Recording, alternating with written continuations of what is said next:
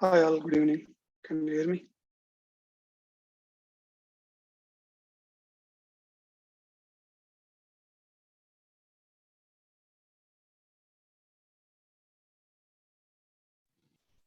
Good evening, sir. Hey. All right. So we could see a good number of people. Chakravarti, Lakshmi, Lasya, Dashika, Uday.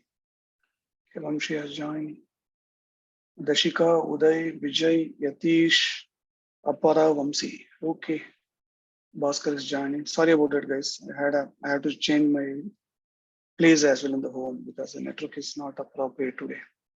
Sorry for the delay and the waiting as well, right?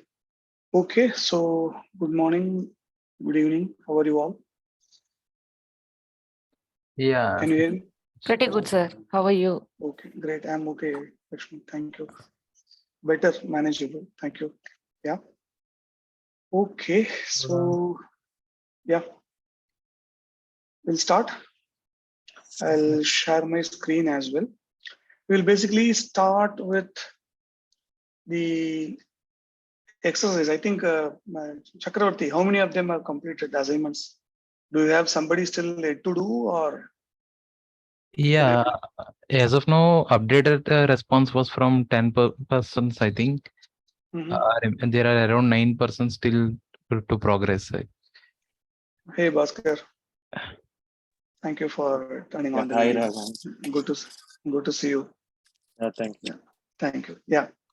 So till 9% are pending, is it, Chakravarti? 11 persons has completed the assignment. I think around 9 people are still pending to complete. Yeah. 9 people, huh? Oh, Yeah. that's not a good. It's a very simple assignment, guys. It's not very critical or no, very high complex. It's a very simple and minimal number of assignments that you have given, right? So do you want me to walk you through the solutions and the assignments, or directly we'll get into the topics, what you want to plan to discuss today? I think it would be ideal, like just for quick 2 to 3 minutes going through that. Sure. Okay, let me do. How about others? Anybody else would like to? Would vote for what Bhaskar said? Yeah. Okay. Let me share If my the screen. time permits, then sure. We'll go ahead. Should be fine. So I see Vijay Manikanta joined. Vamsi, you were there. Okay. Anybody? I don't know. I'm not able to actually keep track. Teja, I could see Yatish. Lakshmi, Lasya is there. Okay. Lakshmi also is there. Okay. So others, I don't exactly recall who else we are missing. Dashika, I could see Teja, Yatish. Where is the new people who joined, right? Bijoy, he's not around, and one more person. Okay, that's fine. Let them join. Okay, let's get started with the assignments, what we have discussed on the other day, right? So this is where the assignment is all about. So I have typed in here. I'll also talk about GitHub. I think thank you for people who had been diligently, showing interest in answering the polls, which is really good. Please keep it up, right? And you have to help us to help. You have to help me to help you. Eventually, we have to help each other. There's a good spirit. So kudos to everybody. And thank you, Chakravarti. I think Parvesh is not joined for doing that extra volunteering task as well, right? Thanks, everyone. Yeah. It's my pleasure. Yeah. Sure. Thank you. So yeah, the assignment solution and for the GitHub, right? Quite a few of you, I'm really happy. Who was that first person who shared the profile solution on GitHub? I'm not really, was it Yatish or no? Who was that? I think Not Manikanta, Shubham, somebody who I think shared Prasad. Prasad. Okay. So 2 people, I think, they've shared the profile, which is good. The actual problem statement solution in the GitHub. Not to worry, I'll take a crash course on that as well. And then we'll let you create that GitHub profile and go ahead with that. I think the class which was taken by Satish yesterday was good, right?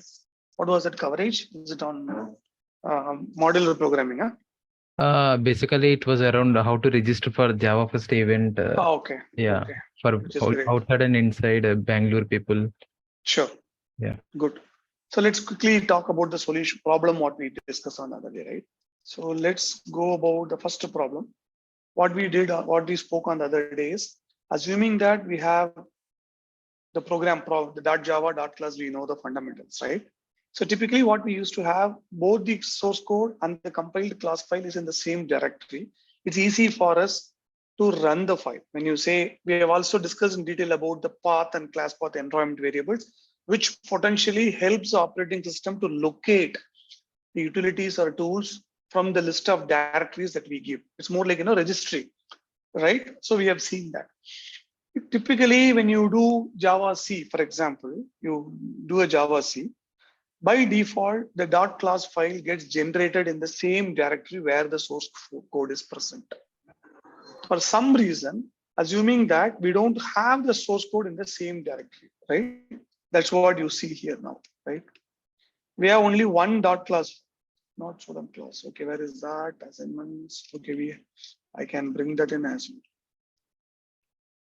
D2, or sorry, here we have a session. Here we have, right?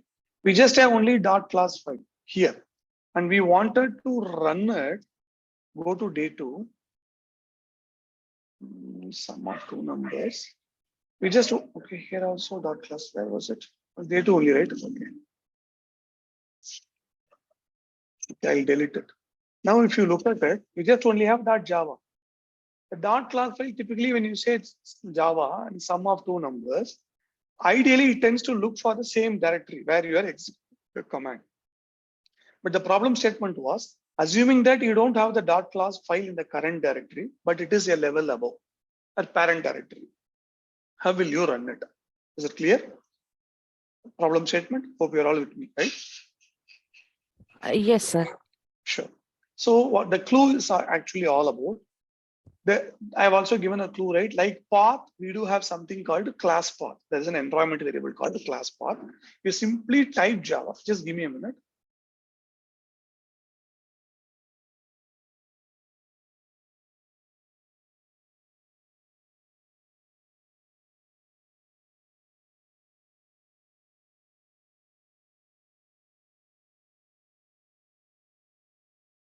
It was knocking the door. Yeah.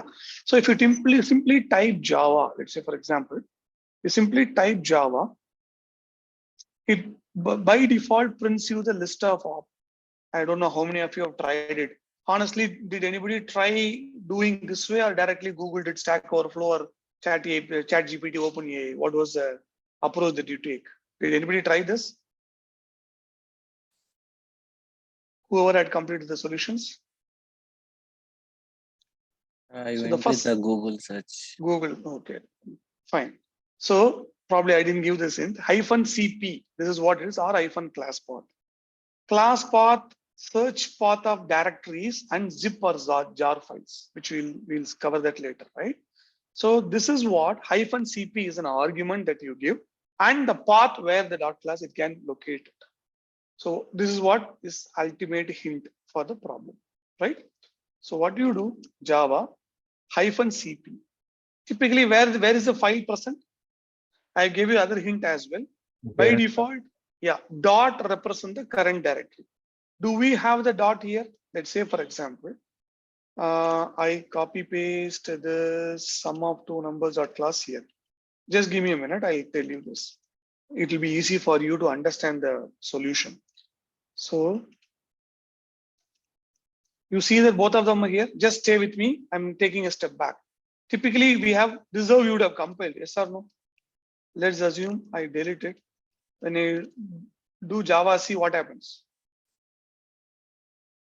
I get the .class file also generated now here, isn't it? 17th January, I get the recent file generated .class here. Ideally, how do we run it? Sum of two numbers, we get this 0, 0, 0 because it was typically we haven't initialized this, right? It was all default value, so we were trying to do that program, correct? So sum of two numbers. Are you all with me? Hope nobody's confused, right? Yes, sir. We are clear. Yes. Clear. Sure. So I do this. If I have the problem, the .class file as well in the same directory, Java sum of two numbers. If I simply run this, it executes the program. It is as good as -CP dot sum of two numbers. Is there a change in output? No, You Raghu. see no difference at all. But this is implicit, meaning by default, the Java, when you invoke a Java virtual machine, a JRE runtime environment for running a program, you only say load the class, but you don't say this. This means by default, you don't need to say that. Ultimately, you don't need to tell the runtime environment, Java virtual machine. It will look for the directory from where you are executing this command. Do you agree? That's why we get the answer. Yes or no? It is as good as this, correct? Yes, Raghavan. Now, the other hint is what we did on the day. If I simply say ls minus ltrh dot, what does it give? It gives me all the files in this directory. Dot means current directory, correct? ls minus ltrh or ls minus l, you can do that as well. ls dot also you could do. It gives a current directory. If you do this, this is a double dot, means it's a parent directory. And slash you do it because it will navigate it back. Do you see that output varies now? Dot dot slash. This is the output of the parent directory, meaning you do cd dot dot. Now you do ls, you get this day 1, day 2, day 3. That's exactly where putting. Yes or no? So now what I do, java-cp dot sum of numbers, I get the program, right? Now assuming that I delete this rm minus rf sum of numbers dot class, I don't even have. So now what do I have? exe-l sum of numbers star. I have only dot java. I don't have a dot class at all. Can I run this now? See, if I type also auto completion doesn't work. Why? It was unable to fetch. The dot class file is not present here. Yes or no? Clear? Now we are exactly in the problem statement. Are all of you with me? Yes, sir. Yes. Yes, Raghavan. I just had to take you back a bit of different theory and flavor so that you understand it better, right? So now we are exactly in the problem statement. Now, how do I fill it? Hyphen Java hyphen CP. Instead of dot that represent the current directory, I give double dot and slash. Means my class file is present from this directory to one level above. Dot dot slash. How you pass ls minus ls dot dot slash to the ls command to list the directories. Exactly, you give it for Java as well. Java hyphen CP dot dot slash, and then you give. See, now it autocomplete comes. Do you understand that? Automatically. I did not type the whole name of the class, right? Yeah. Just sum and then press tab, it completes it in full because it is able to pick up that. Clear? Now Yes. you see the output runs. Can somebody spot out other difference? I see a different output. Can somebody spot out? It was Variable It is data, compiled it is before. What is compiled before? Why what? Yes, you are right, Lakshmi. Spot on. But what? So the values, the last values, like previous values are stored in the dot class file, and the present values are not updated there. No, here also we have. Typically, we did compile it a while ago. I did. If you have been focusing on what I am doing, I did compile it once today. Yes or no? 17th June. This gives you a clue. Today is 17th June. I compiled it. Where you see Yes. here, Java C. Previously, Yes. I think you there is one more compiled, sum of two numbers. int 1 and int 2 values. You initialize it directly. Very After good, that, Manikanta. it was created class. Very good, After that, you Manikanta. deleted. Correct. Right. So what has happened? Earlier, this dot class file, what was present in the parent directory was compiled before, where we had initially these values with 3 and 6. Later, I wanted to demonstrate with the default values. That is when I have commented it out. But that source file was present here. The dot class was not moved. I first made one version with initial values. The dot class was present on that day 14th. And I moved that dot class outside the parent directory. Clear? And in this source code, the actual Java file, I made some change that was not recompiled and the dot class file was not moved there. So the parent directory had contained the older version of dot class, and the current directory here, day 02, we have the day 02, we have only the recent changes what we performed, where I have commented out this and I moved them to the outside the method, which will have a default value. That is why it gets 0, 0, 0. So if I compile it and I run it from the current directory, it takes the latest change. So it gives me 0, 0, 0. But I go back, I try to run the .class file, which is present in the parent directory, which was older version. Let's verify that, right? ls minus l dot star dot class. Look at the time frame, sir. Sum of two numbers dot class. When was it compiled? You see the time frame, right? June 14th. Correct. What else we can do to understand? Obviously, I don't think we could do much here until otherwise we decompile it.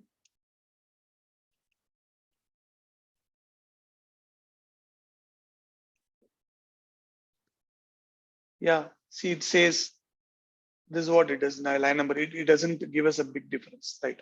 But only with the timestamp we can make it. Is it clear? Or people have confusions further? Yeah, clear. Yeah, it's clear. Okay, great. Others, rest of others, I don't get a solid response.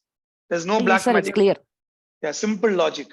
I wrote a program first without commenting out the values. That .class file, I moved it and saved a backup. Think of like that. June 14th, that was moved. The .class file was saved as a copy in the parent directory. And the current folder, I modified the source code in such a way that I put a comment. That's why it is giving me 0, 0 when I run the .class, when I compile it fresh from the current directory. So the source code has got the changes. So that .class will have the effect of the 0, 0, 0 because they are default values. But the previously stored backup version has got the version of the source code at a previous timeline where it was not commented out for no default values and all, where we had an exclusive value called 3 and 6. That is why we get the value. Nothing more, nothing less. Is it clear? So let's go to the other thing. Next assignment. So Sir, this is how I we have do. small doubt. Yes, Small Lakshmi, doubt. yeah. So if it is like a parent directory, it's okay. If it is like a different, I Very compiled good. my files in C and I want to execute in D or something D. like that. You could do that. That's also a very good question. Let's give that as a demo.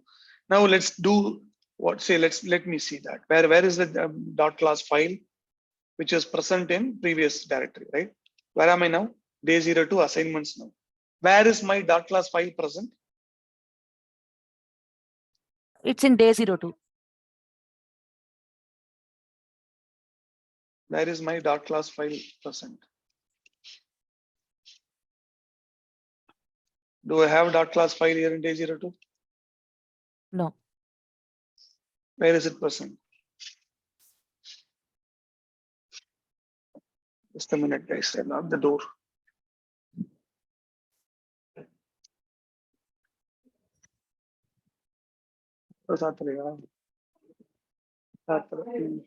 கிளாஸ்ல இருக்கேன்ப்பா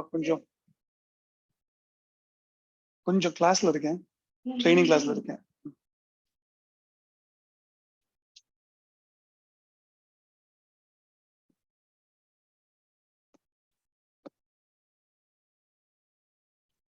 Yeah, sorry guys.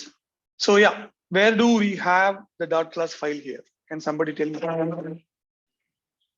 In parent folder of day 2. Yeah. Exactly. So we go back here and we say .class. This is what we have, right? Now what I'm gonna do, I copy this file, sum of two numbers.java, into day 2/assignments. Yes or no? Now where do I have the file moved to? Assignments folder. Yeah. Now I have. So here, if you look at it, this is assignment folder, exa.class. I have the sum of two numbers here, right? Now I am in day 2 folder, exa-l.class. I have sum of two numbers is not present. So if I simply do -cp dot sum of two numbers, see automatically it takes assignments. That's fine. I give sum of two numbers. We all know it is not gonna get executed. Now we have seen one more, that this command is gonna pick up the file from a parent directory. This we have seen just now. Now we will see, maybe I'll make a change. Just give me a minute.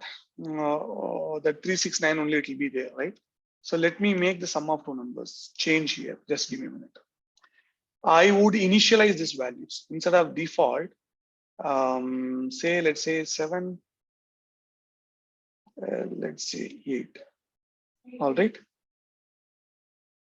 I'll compile it once again.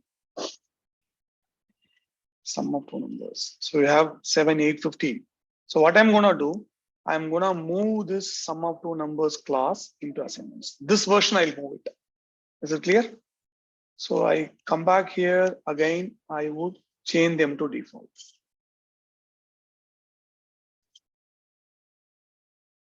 There I see sum of two numbers. Okay, I really doesn't make any sense. I get back it. So my RM minus RF, sum of two numbers class. Okay. Is it clear? Clear, sir. Yes, Yeah. clear. So what I have done now, sum of two numbers. I don't have the .java file here. .class file, sorry. Java-C, sum of two numbers. It is not gonna give me any output. Right. So -java CP, sum of two numbers. It gives me 369.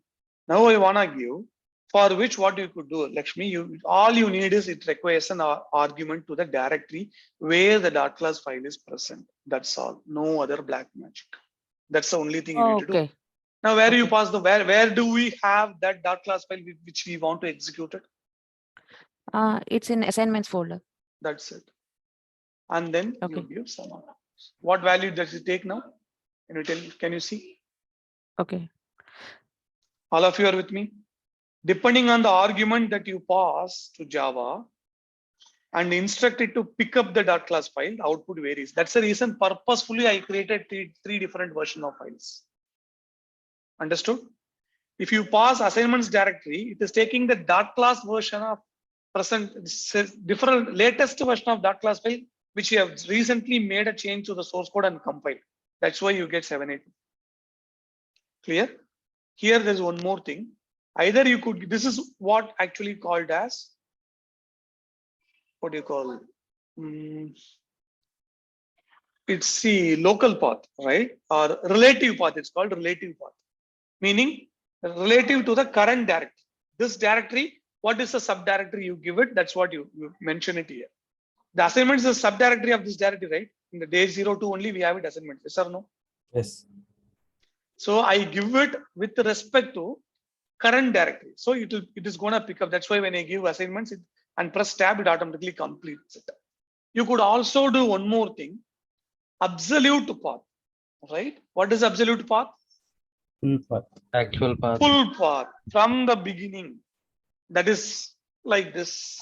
If you have enough time and interest, you could do that as well. But that is always a perfect thing. Always it's good to give it. It's the right way to do that as well. But sometimes there is probably a caveat with respect to Linux, especially the user with whom you are trying to access may not have access to the read permission to the directory. Whoever is comfortable on Linux, every directory file has got a permission bits. In that case, it might get stuck. Provided we don't have any such thing, -cp. Say, for example, I give this full path, copy, and the assignments, then sum of numbers. Do you see that? Is it clear? Yes, Lakshmi. This is an extended version of discussion, which I'm not sure. Probably you wouldn't have thought of, but thanks, Lakshmi. That's a good question. So this also we have another aspect or flavor of this problem. Make sense, sir? Lakshmi, you're clear? Yes, sir. Yes.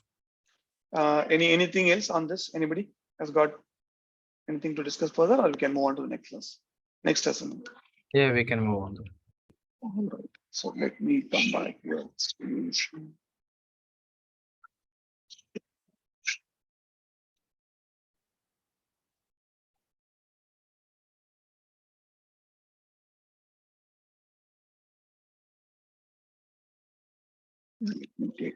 Right.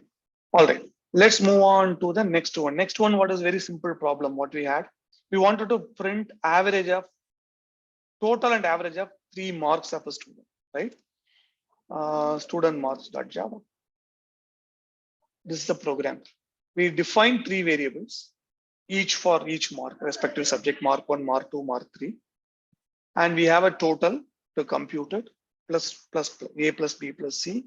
And most of you have done it right, except a few. Maragada Prasad. Yes, Raghavan, yes.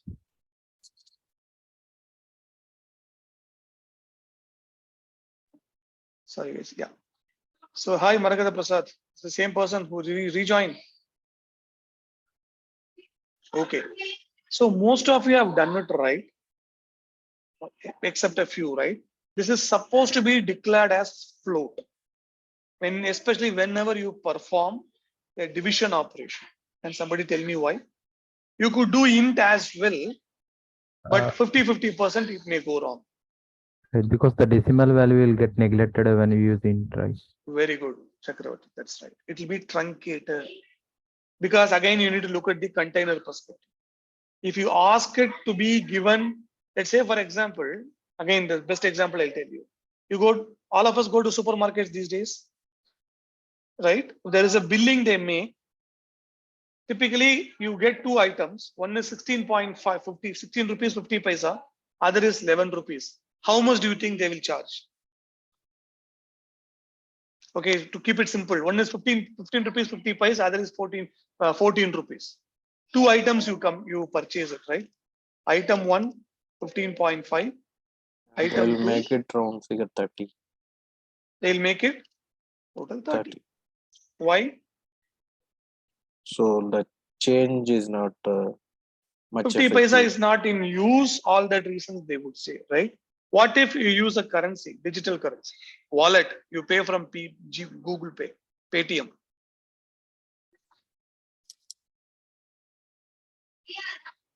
Phone We Pay, can Google Pay, Yeah, we can pay. you can pay via? Digital payment, yes, yeah. Right, just a minute, guys.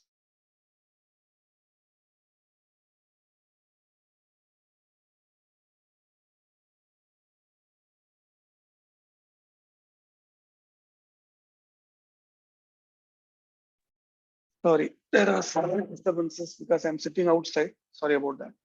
Right. So, if the container that you use is not appropriate enough to handle the decimal values, then obviously you don't get the decimal places, correct? So here, let me see what exactly we have it. We have a dot clause as well, right? So what do we see the value? 19, 25, 32. 9 plus 5 is 2. 14 plus 2, obviously 16. By 3 automatically. You see the average here, 25,334. Yes or no? Do you see that?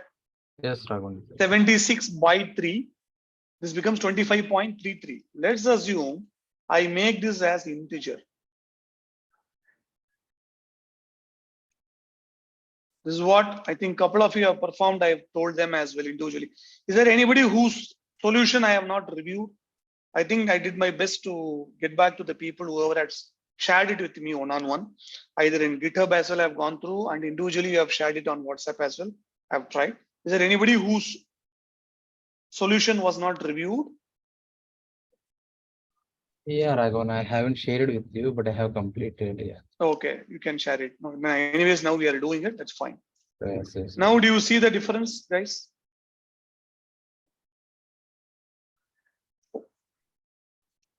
Now, do you see the difference? What is the change in the output? Decimal values are It's truncated, correct? Because we are getting it in the shape of what? Array, change, you keep it. I am just only interested in the whole digit. That's what you say to the compiler. To the Java environment, what you say, I am not minding about the decimal values, spillovers. I am only interested in getting the whole values. You give me that. That's why I'm declaring this as integer. That's it. So no matter what, only the whole, again, assuming that, this is that expenses you made, 3 friends are going for a party trip. So you want to share it with you, split the expenses. So what you would tend to do, array chod do re, 25, make it rounded off, we make it, correct? Something like that you can think of. Is it clear? Guys, Yes. can you please be interactive and responsive, please? Yes, Raghavan. Yes, Right. sir. Thank you. So let me go to the next problem statements. Okay, sorry, I have to change that. I need to bring it back to what? Yeah, let's change this once again. Yeah, we brought back the program to the right solution. What is the next one? FizzBus. This Fizz again a bus. very simple. Yeah. So problem 2, we have covered that. FizzBus is a very interesting problem statement. It just checks about your logic, problem solving logic.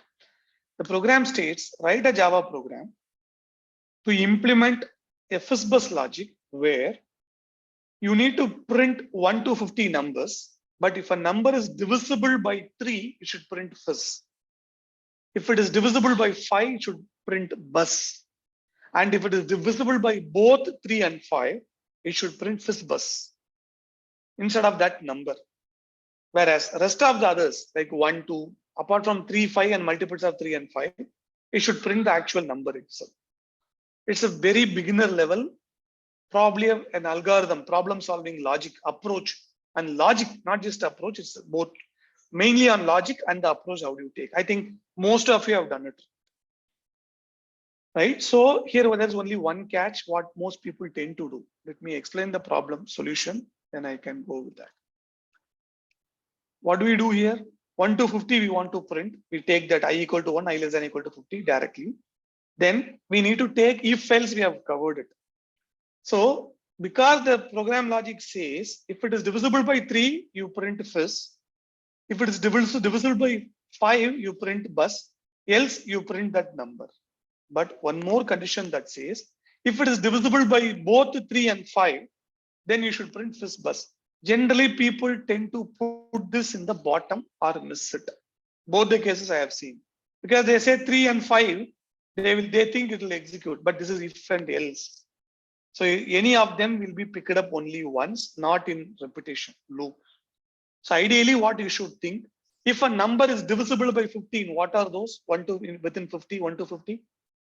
Yeah, 15, 30, 45. Multiples of 3 and 5, 15, 30 and 45. If that number comes, you all know that it's a top to bottom approach evaluation. If first it will be checking, if it is true, then that is evaluated. If not, only then it will come downwards. What is the next construct available? So else if will be executed only when the first condition does not satisfy. So you need to place that in the topmost location where 3 and 5. You can directly put 15 also, right? Or because that's how it is, right? 15 itself, it starts 3 into 5 multiplication. So 15, 30, 45, you can also put I, this is a modulo operator. Yeah, we'll see today. That is, it will give you a reminder, right? Is equal to is the comparison we do, 0. Either you can put I divided by modulo 15 is equal to 0 also is correct, or you use logical ANDing operator. I is modulo 3 is equal to 0 and double AND, both the conditions should be true. And I modulo 5 is equal to 0 as well. So 15, 30, 45 will be divisible by 3 and 5 without any reminders. So this will be taken as the right situation. Then rest of them will not be executed, only FizzBus will be. Most of you have done it. Whoever had not been able to, are you clear? Any questions? See, if you see here, it prints 1, no condition is matched, so 1 will be printed. 2, neither divisible by 3 and 5, nor by 3 alone or 5 alone, 2 gets printed. 3, here it is matching, but not this. Because of this, this wouldn't get executed. Because 3 is divisible by here only. 3 mod 3 equal to 0, but not 3 mod 5 equal to 0. So it wouldn't be matched. Then it comes to second. 3 mod 3 is equal to 0, it prints this. Then it doesn't even consider anything else. That's all. Then 4, then comes 5. For the 5, what happens? This is not true. Then it doesn't even go inside. This is also not true. This is true. It prints bus. Then this is not executed. 6, same thing as what happened for 3. It's a multiplication of 3, right? It's a multiple of 3. So this will get executed. Fizz gets printed. Then 7, 8 do not go at all. 9, multiple of 3, fizz. 10, multiple of 5. So bus gets printed. 11, no. 12, multiple of 3. Likewise, it continues. Look at it. 15 is a multiple of 3 and 5. So FizzBus gets printed. 16, 17, 18 multiple of 3, 19, 20 multiple of 5, 21 multiple of 3. Likewise, it comes 29, 30 multiple of 3 and 5 together, 45 multiple of 3 and 5 together. Then 50 we don't print, is it? Why 50 was not printed? Okay, for bus is divisible by 5 without any remainders. So we are good. Any questions on this? No, Raghavan, we are good here. All right. Whoever had not been able to complete the program, please do still practice. I would definitely recommend you need to take the assignments, do more programs, guys. The maximum programs you do, you get your hands dirty. That is where your learning will be complete and complete, right? All right, let's get into today's topic. So I made a couple of programs. What we plan to do. Okay, this is our agenda. Probably what I think I can cover. Decision making. We'll go one by one. I think I'll keep it here as well.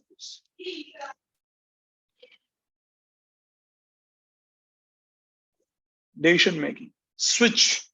So far what we have seen, for any set of conditions to be evaluated in the program, if it is one condition, we have seen an if statement. If it is more than one, we have seen if else. Sometimes if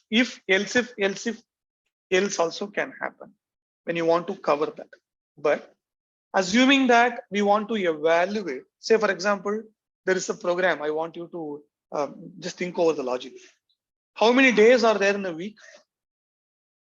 7. How many months are there in the month? How many days are there in the month? 30, 31. Okay, okay. Roughly 30, 31, correct? What if I want to tell you a number, give you a number, you need to tell me the day of the week. If I give you 1, assuming that we are in the week beginning with Sunday. If I give you 1, what will be the program output?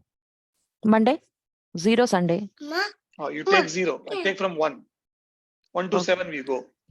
Then Sunday, right? If I give 7. Sunday. Just no. So if we start from Sunday, the 7 should be Saturday. Saturday. Just a simple logic, right? We see that, correct? So now you tell me, if you have to do that in if else, how does it go? Let's type switch demo, not switch demo, sorry. Longest or what is it? Weekday match if else.java. Can somebody help me write the program? Yeah, sure.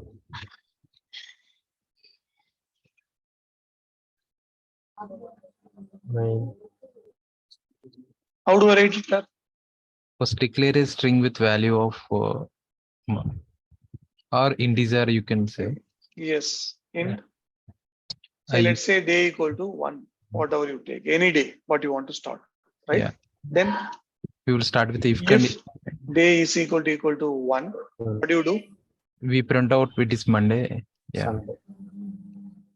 Sunday. Yeah. We can even type that. Assuming week starts with Sunday. So what do? We will print out Sunday. Yeah. String. All right. Then what do? Else if day is equal to 2, we print Monday.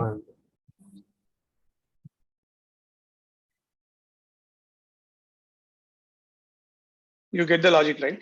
Right. So what do we do further? Likewise. We keep on increasing if condition 7. further.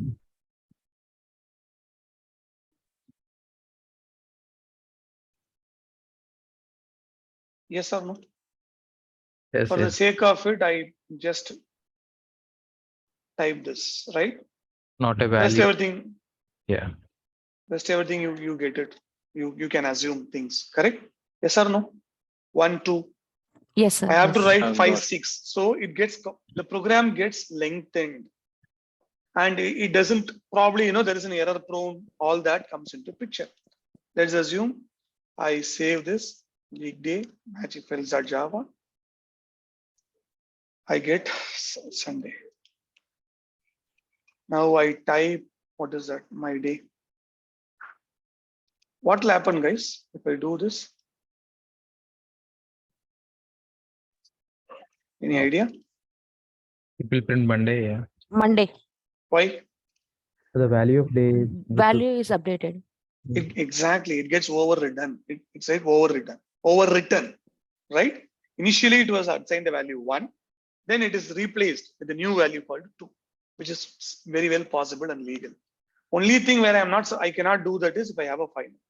Final means we have seen it last time, right? Now I type Java weekday lunch. Why I still get Sunday? I haven't compiled the code. Very good. Why only Chakravarti gives me answers, others are not? Huh? Why I should compile now? In order to update day value. No, that's not the right answer. The value is overwritten. No, Okay. actually we update the file. We so should we have to compare. save the changes made in the program. Very good. Who said that? Uday, you are Uday. also right. Yeah. No, the other female voice. Who said that? Was it Lazia? Dashika. Dashika. That's an exact answer. Rest all of you, Uday, what you said is right. Chakravarti, what you said. Guys, I'm just trying to help you give the right answers, the perfect answers, Yes, right? yeah. Because we make the change in the source code. That's how we should say. And this is what interviewers or other people would like to hear. See, if there are, let's say, for example, you go to the market to buy some fruits or vegetables. What is your ideal choice to pick up the fruits? You want to buy some apples, right? There is a basket full of apples where you see a mixture of apples present. One is totally fresh, other is like slightly color changed, other is slightly rotten. What do you prefer to pick up the fruits? Ultimately, we will go for fresh ones. Yeah. Yes or no? No, Yes. it's not a question to be asked at all. Yes. All these answers I'm trying to help you of that kind. We made the change to the source code. That's the exact reason. So the source code, whenever it got updated, it has to be recompiled for the changes to take effect. That is why we need to recompile. So the .class file will be re-returned. And when we execute it, we get the latest changes coming into the execution. Make sense? So day 2. Yes. Now you get it right. So this is becoming lengthy and cumbersome. Don't use the word complex here. Again, I'm telling you, this is not complex. This becomes lengthy and cumbersome. It's so much you need to type and all that. And if you make one mistake, obviously you copy paste, the mistakes will be repeated and all. So in order to avoid that, what we have is we do have a construct called switch case, switch statement. I can directly go to the program. You would see that. What do we use? Switch is a keyword we have already seen on the last class. What are we doing is it's more like I want to evaluate a condition, but I know for sure that there is more than one possible match. More like path variable, right? You remember last time we had a path variable, echo $, path %. How much values were present?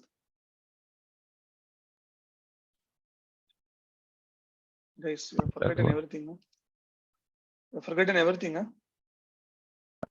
huh? Where was the path to? Day 1, huh? Yeah. Yes. I told you explained on the other day, right? Path 2. Yes, How many different values we have? I don't exactly look for exact count, 12, 15, etc. Yeah, so Yeah. It is more than a handful, right? More than 5, 10, we could say, correct? Yes, So what is happening? Can somebody help me with the exact explanation I gave in the last class on this? How does an operating system pick up an executable with a list of paths it has been given? It has been handed over. it will check one by one folder. How does okay? In what order? Satish, you should say According to that as well. the starting to end.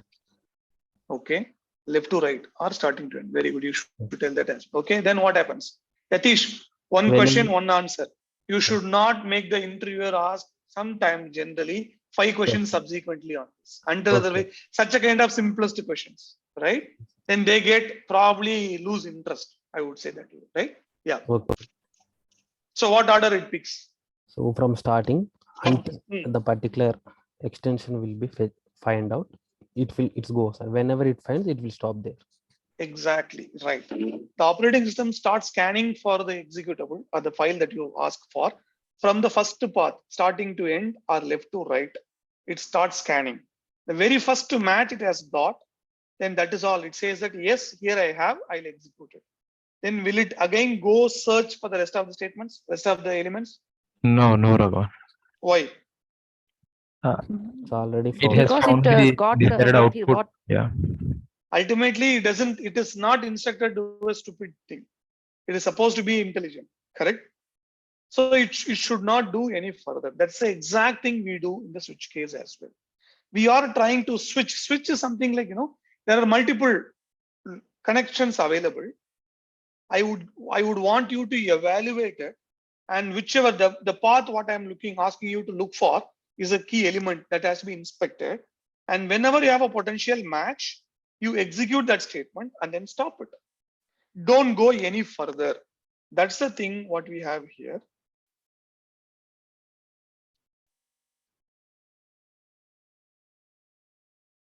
You see here, you say switch. What am I switching? Evaluating for the month value, correct? Here it can take any values. Typically, up to Java 7, it was allowing only integer value. It has to be a numeral integer value. Later from Java 7 onwards, even strings are allowed. In this case value, the value which can be inspected, what we are passing can be a string as well. We can look at that later. Now, what am I switching, guys? What value? Month value. Month value. And what do? I keep cases. Case 1. Case is a keyword for each potential match or each potential candidate. Case is again a keyword. Then what is the value you want to be verified against? In this case, we know for month, right? Month, how many months are there in a year? It's not the weekday program. Month. 12. How many months? 12 months. 1 to 12. So first case, I check 1. If it is the case, the value being passed, I have a variable here. Instead of SOP, I can assign to a variable and print it at last. That's also equally I can do, correct? Yes or no? Yeah, correct. Rather than making every SO line SOP, system mode println, I take it in a variable and finally I print it. System mode print. Month is here. So what I assign the value? Month name is equal to? January. Likewise, case 2, February. Case 3, March. likewise I can do. Yes or no? You are Yes. able to correlate that example with the path statement. I'm switching on a value, looking at a potential match with each case. What each case is nothing but a value. Possible match. If it is matching, then I execute my statement. This all it needs is a statement. One or more statements you can execute it. But the most important thing, do you observe this keyword? Break. Yes, break. Yeah. Break. It's a keyword. Like Java's multiple keywords we have, this is also a keyword. Can somebody tell me what does that mean? It's a simple English term. It What will does it So mean? if stop the the execution from there. Exactly. What it is gonna break? It is gonna break the flow From of the switch statement. Exactly. The control will be broken. So where it will go further? If it is broken, assume I pass the month 1 value. You take January. Next statement is break with a semicolon. It's very essential. Right? If it is breaking, what will happen? Next control, where does it come? Out of the Out of Outside. the switch statement. Out of the switch. Then it goes to the next statement. Clear? Then it will print. Let's run that. Java C switch demo.java. Java switch demo. What do you see, sir? August, yeah. 8th month. It doesn't even execute anything else. Is it clear? Yes, sir. Let's rewrite the program for the sake of simplicity. What do I have? Week of the day, if else, switch.java. All right. Okay.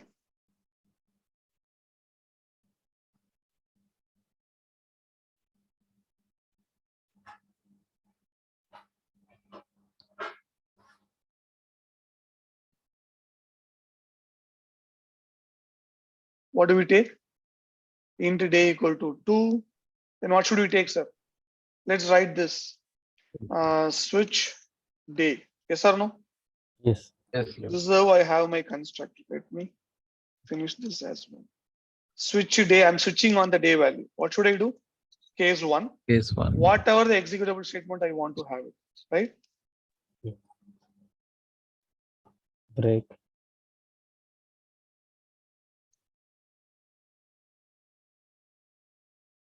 What would I say now?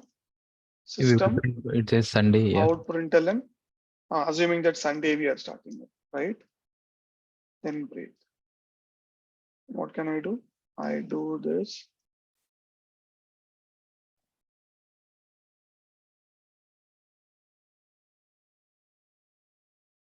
Can somebody tell me why I'm writing this line? What is this? Can you recall? What is this? Comment B star is programmer readability. Yeah. Why is it required here? It will make understand the programmer that they are writing. What if I don't do that? Compiler throws an error Is it if so? it is not commented. That is okay. My question is not that. We What if I've not usually even added take, that statement? Monday as the first day. We don't know So what day we will tend start to the get year. Very good. confused. For a reference. Who said that? Was it last year, Dashika? Who said that? The first answer before other reference. We usually take Monday. Whose response was that? Dashika. Dashika, you are awesome. Yes. That's the exact thing. Why? Because usually we get used to have Monday as a week beginning. Here, for the sake of discussion, I just probably I would say to confuse you guys. I gave a modified requirement that we should take it on Sunday. So that means it is mandatory for even the programmers, human beings, to understand what the program is supposed to deal with it. Otherwise, you should not mistake that the program is giving a wrong output. Yes or no? Yes. If I give one, hey, how come output Sunday comes, then program is doing something wrong. If you don't have this, possibly you might jump into a conclusion. Yes or no? Yes. That is, you understand the benefit of the comments here. Yes. Yes. So what I'm doing now further, likewise, I do rest of the cases as well. So, okay, let me add this. There is one thing called default. What is the default? Can somebody tell me? If none of the cases matches, the default will be executed. Very good. All of you are correct. No cases. It's more like anything else you can correlate with a different example what we have seen so far topic. What can you correlate this with? Else. Very good. It's a else. This is like if. Sorry, this is the first if. This is else if, and else. It is more or less the same. I'm expecting some question. Hold on to that. What you might ask. I can also probably make it full 3 lines. Yes. What I'm doing now. 6, 7. What this value should be? Thursday and Friday, and here Saturday. Yeah, my son says two today. Tuesday, today he'll say. Yeah. So Java C weekday match switch.java. Do we print it? Week of the day, weekday match switch. MV weekday match switch. No, it is week of weekday match. The class name is wrong. Not week of the day switch. It is weekday match switch.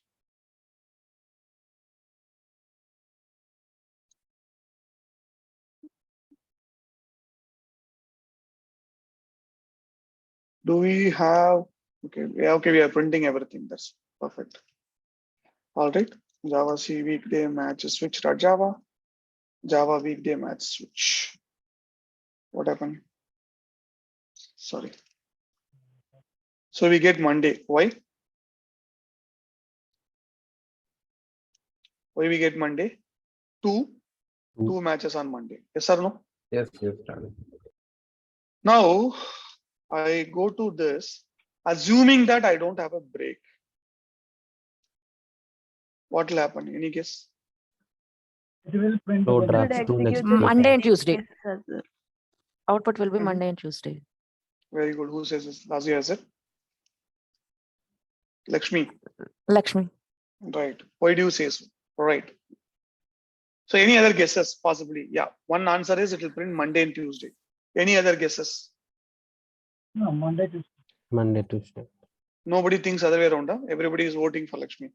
She must be right. She's No, always I think it won't print Monday or Tuesday. excellent, Chakravarti. Because Okay, go case ahead. What is match your with, guess? Tuesday? Sorry, Case is different, right? Yeah. my question is now the break is commented out. What it Yeah. would print?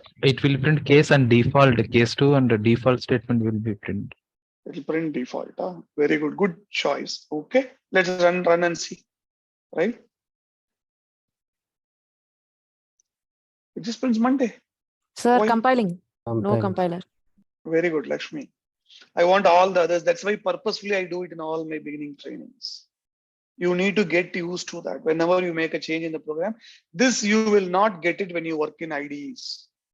That is the reason, if you look at it, I haven't started my classes, refreshers core Java. In IntelliJ, I have all the IDEs, Eclipse, Spring Tool Suite, right? I Yes. do have all of them, right? I have Eclipse, I have Spring Tool Suite, I have IntelliJ IDEA, both Community Edition as well as Enterprise Edition as well. Why I have not started with that is this nuances you will not get it. You need to get used to that if you want to be called as a good Java programmer. Clear? That's why I'm always a fan of command line programming. I want all of you to type enough programs, not copy paste. Start typing, make mistakes, understand, go back to the program, rectify it. That is when you will have a better experience, you'll be a better programmer. Make sense? So what should I do now? compile. Combine. So with which what will happen? Monday, Tuesday. Nah, It will after update the compiling, what first happens? It will update the dot class file. Dot class Yeah. file. Indeed. The compiled version will be updated by reflecting the latest changes what we performed. Okay, Lakshmi is right. Monday and Tuesday it prints. Why? The Because case it one, is not on- sorry, case 2 is Break matched. statement is missing in Monday. Because you have not broken. No. Case is matching with only Monday, guys. That's why it starts with Monday, right?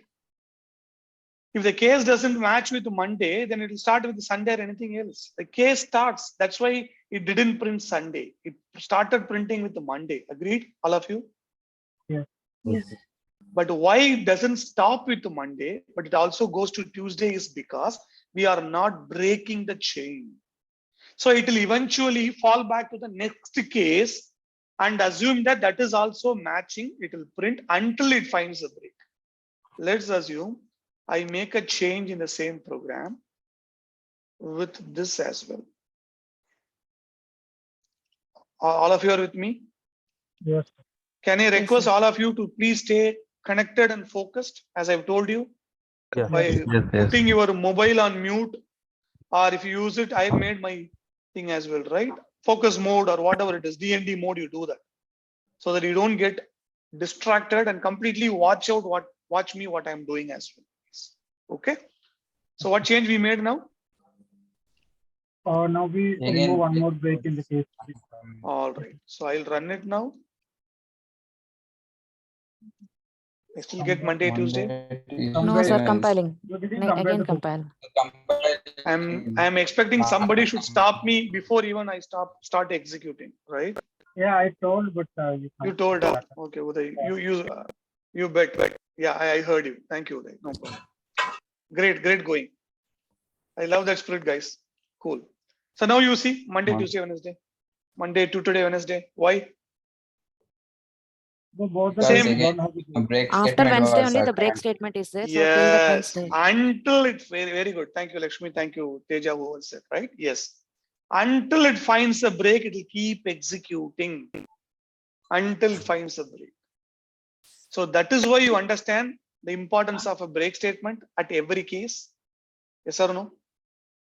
Yes. Let's also look at one more flavor, as I told you. Let's bring back the break. We know that, right? What happens? Yes or no? Yes or no? Yeah.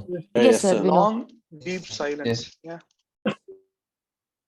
I can also have more than one executable statement.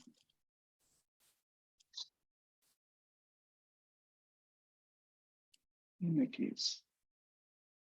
Now what happens? Compile, Compile and then compile, compile. Very good. Okay. Let's see who precedes Lakshmi or Uday next time, right?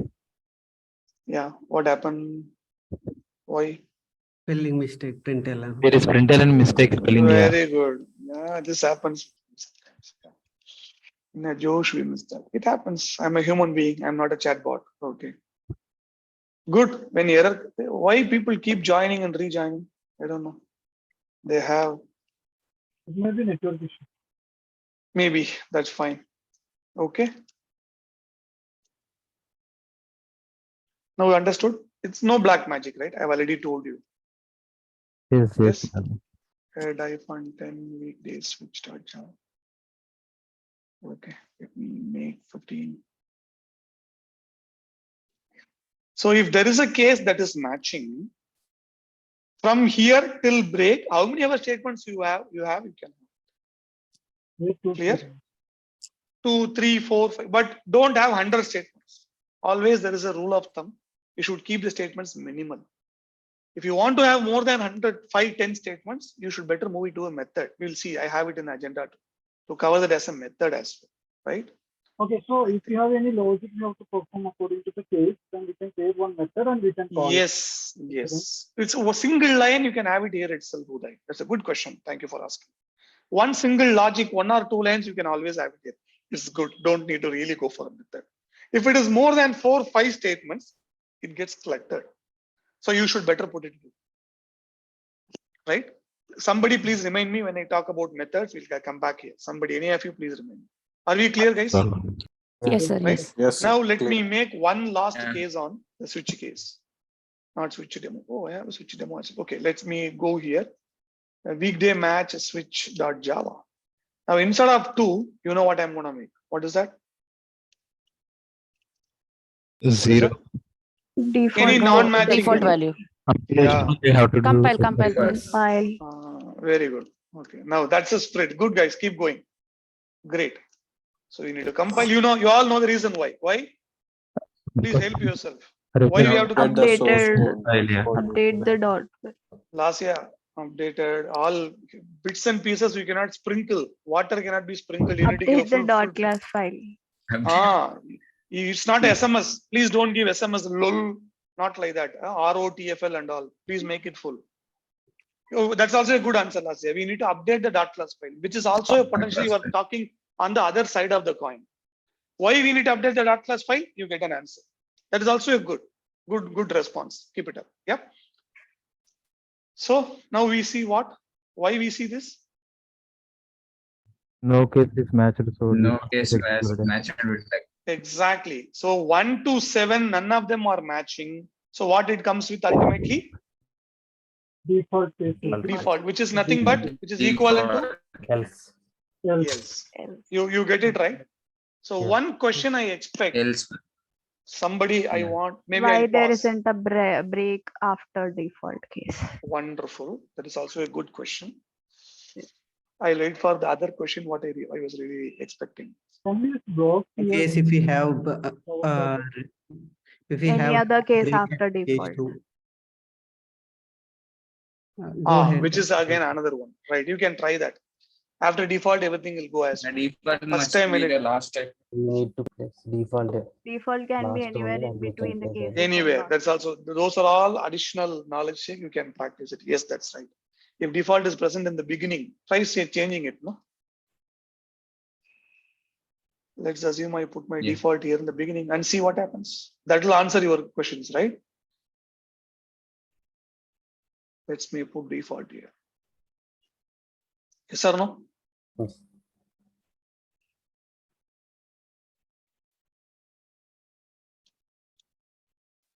Right. Now what will happen? Some compile. You have to compile, but People are taking rest. the thing is there is no break after default, so next statement will also be No match and No, Yeah. Goes without saying, right? Yes or no? Yes, sir. Yes, yes. Why? We first have default. So no matter what, by default will get executed for any output that you have, right? No match. And then what had happened? Look at the output. After that, what it had executed? Yes. Yeah. Sunday. What if we didn't have a break here? It goes. It will go for next. No match Sunday, Monday. What if that's okay? For that, this is one of the answers. What would be the perfect answer? The code Further case also. line by line. What if there's no break? Goes till the end. It goes until it finds the break. Yes, yes. There's no break, it will complete everything. Make sense? Yes. Okay, what if the other question what Lasya asked, right? That is also a good thing. I think we're spending too much of time. It's fine. Let me go back here where I have commented. What if I have a break? That was a question, right, Lasya? Any guess? It's the last statement. Yes, So it as doesn't it is matter. the end of the Like program, any it doesn't make a difference. No difference.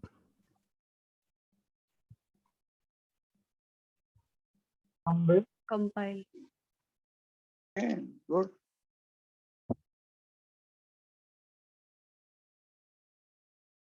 Exactly as you guessed, it's a last statement. The break doesn't really make any sense. And ideally, where are you supposed to place the default case? In the end. Default. After the end, does it really matter? You need to break it. No. No, no, No. Do you need to break that at the very last? No. no. No, right? It is as good as assuming that, there's a set of people in a queue. If you give something to the person in the first person, assuming that, answer sheet or a answer sheet is passed on, the inspector, invigilator who comes in, he gives it, right? What happens? First person, he hands in a bunch of papers. What he will do? Pass each other by taking He one. will take few and then pass it on the person sitting next to him. Yes or no? Sitting behind him. Likewise, it keeps coming. What will happen to the last person? If any more papers are left over, he's gonna return. Exactly. Dude, he only has a wall behind. It's something like that. Yes or no? Yes. Yes. Goes without saying. All right. But the other question, what I asked is, what I thought people may ask, what is the difference between the else if and switch? That is also 7 else if we have, and switch also we have 7 cases. Yes or So no? in It else will if directly go it will check to one by one. case. In switch case, it will go to direct switch. Awesome, guys. You are all very brilliant. Excellent. That's the exact thing. Good. Whoever said, I heard Lakshmi's voice. Now I'm able to exactly associate. Who's the other person? Who's the other person who said the answer? Was it Bhaskar? Hey, Bhaskar. Thank you, Bhaskar. That's the right answer. Because switch case, that's why it's a switch, I told you. It will directly go to that location. It doesn't need to go one at a time, but which is not the case in else if. So in that case, the execution can be faster where? Switch. That goes without saying. Switch case versus else if is this the reason. Clear? I think I have covered exhaustive switch case. Okay. Nothing more is left out. Let's go to this program, switch case, I wrote the program. Now you can find this out, right? 1 to 8 we have, that's the exact thing. Another flavor we have done, 1 to 8, 1 to 12, whatever number you pass, it's going up. Make sense, guys? Yes. Yes. Any questions on this? Nothing. Here, Excellent. in which we can use character and string also the same way. You can, but not character. I think, yeah, character also you can use. Yes. Why? Because character is actually stored in integer. ASCII values 0 to 65 to 165 to 89 and 97 to 125, 123, right? ASCII A to Z, A to Z. Yes, sir. Can we write a program for this? Anybody's interested? Can we have it as an assignment? Yeah, that's also good. Dashika, you can do that. Wait a minute. I am not sure how people will make it, but let's do that. I already have an assignment here. Write a Java program to print the ASCII code in integers. for each of the alphabets. A2Z and 2Z. But my 65 to 90, 97 to 122. As that's right. You have to print it, Lakshmi. That's right. People who don't know, but what I would appreciate, fine, fair enough. Some hints you could do that, but don't copy paste the entire program from Chat GPT or Stack Overflow, etc., etc. Try doing your best. Look for hints, right? In case you are stuck and you are struggling, I'm more than happy to help you to develop that, rather than blindly copying and pasting someone else's code and executing it and saying that I'm done, which you are losing an opportunity to enhance your knowledge. That's correct. 65 to 90 and 97 to 122, right? 26 alphabets. So you need to write a program that will print the ASCII code equivalent out. That will be the answer for Uday's question. Can we have a character in switch case? Because every character value is bound to an integer by default. Behind the scenes, that's how it is mapped. We can also have a switch string Uday, because from Java 7 onwards, switch was enhanced to have string also as a case. You could give it. Make sense? Sir, any use cases for that?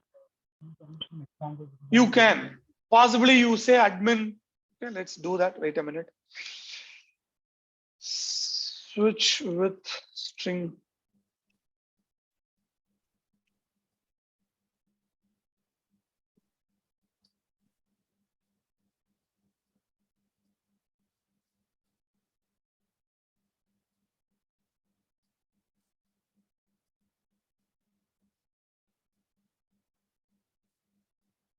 All right, what I'm gonna do, assume I have a string, right? Let's say I take it as user type. Got it? I put it as admin. Then I could possibly have standard user. Got it? Yeah. Just assume how I'm gonna do. Switch user type case. This is how you would write. Nothing else, right? I would say system out println. Howdy admin. Break case user. Hello user. Do I need to have a default? Mandatory? Not None of the case match. No, do I need to have a default? not required. Not Mandatory, mandatory. like a fail. Not required. Optional. Let's try that as well. Take it as an assignment. Try writing a Java program with a switch case, but without any defaults. Compile and execute and see what happens. Please do that. All right. Let me go to assignments. We'll take the next program. Yes, correctly matching the case, then not need to default. Write a Java program with a switch.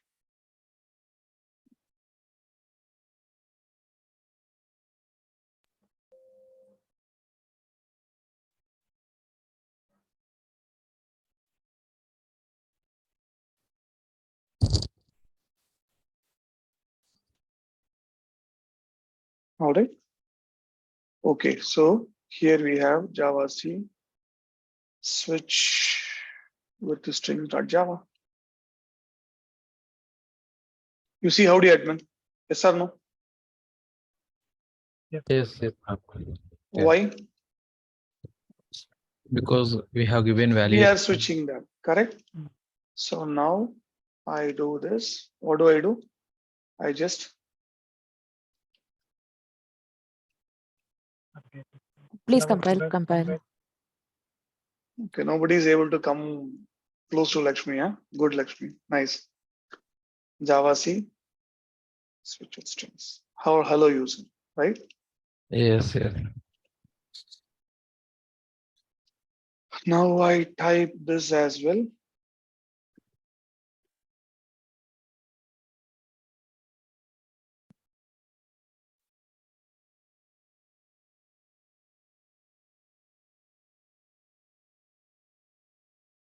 You see unauthorized. Yes or no? Yes.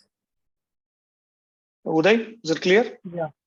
This is possible only from Java 7. If at all you have an opportunity to run this program against pre-Java 7, like JDK 6, JDK 5, JDK 4, whatever it is, it will throw an error.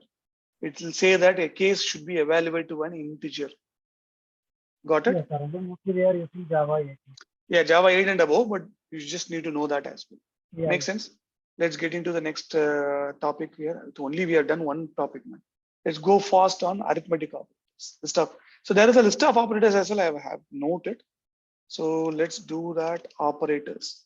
Java has got quite a few set of operators. I'm going to only talk about one set now. Rest everything I leave it to you. You can do the assignments. One is arithmetic operators, which you all know is helpful to make an operation on numeric values, multiplication, addition, subtraction, division, etc. Modulo or remainder, that is what it is. We have already seen it in this FizzBuzz program, right? This will give you, when you divide a number A by B, it will give you the remainder.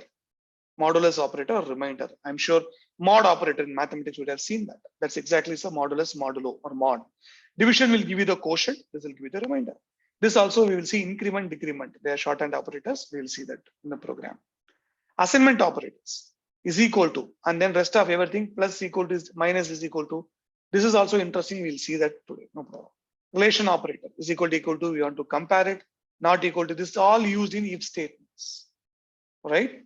Only in if or for, where we have a looping conditions. Whenever you have a condition to evaluate, you do this. Double equals to check for equality, not equals to, greater than, less than, greater than equals, less than equals. You all know day-to-day basis we deal with it. Logical operators, bitwise. You can do a homework. Let me know if there are any questions. Right? In the interest of time, I'm skipping this. So let me do the operators demo. Arithmetic operators. I think I made a change here. All right. Let's do that. Arithmetic operators.java. What do you see here, sir? All the operations, you know, two numbers we have taken. We are doing calculations, plus, minus, star, divided by modulo. We print everything. Pay attention on this. So far you are clear, right? No great deal. All of us are clear? Yeah. I don't know how Yes, many of sir, you still yes. there in the call, Yes, right? Yes, sir. Please pay attention on this. This increment decrement is a special operator. It is there in C++ as well. What do we do? Instead of doing A is equal to A plus 1, it's also called a shorthand operator. You do plus plus on the operand, the number, the value. That means it will increment and assign it to this. Got it? So if you say A equal to A plus 1, this is equal to A plus plus. Make sense? Yes. You take the value of A, do plus 1 and bring it back here. That's the exact thing it is doing. Clear? Clear. This is increment operator, we say, plus plus. Likewise, what could be this? A is equal to A minus 1. Exactly. Goes without saying. So let's take, but it has got two flavors. Please pay attention. It has got two flavors, pre and post, because depending on where you place, you can place plus plus after the variable, then that it means post increment. If you put it before the variable, then it is called Increment. increment. Where do you place that operator matters. If it is before, it's pre. If it is after, it is post. But watch the output. What is the output you have seen here? You see 5, 10, 5, 52, all that is fine. Age equal to 10 we printed, correct? Watch the output very carefully. What is my program doing? You have seen it.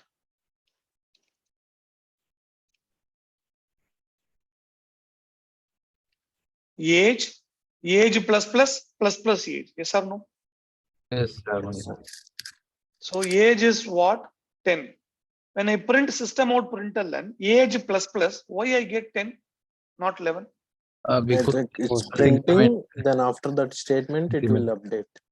Exactly.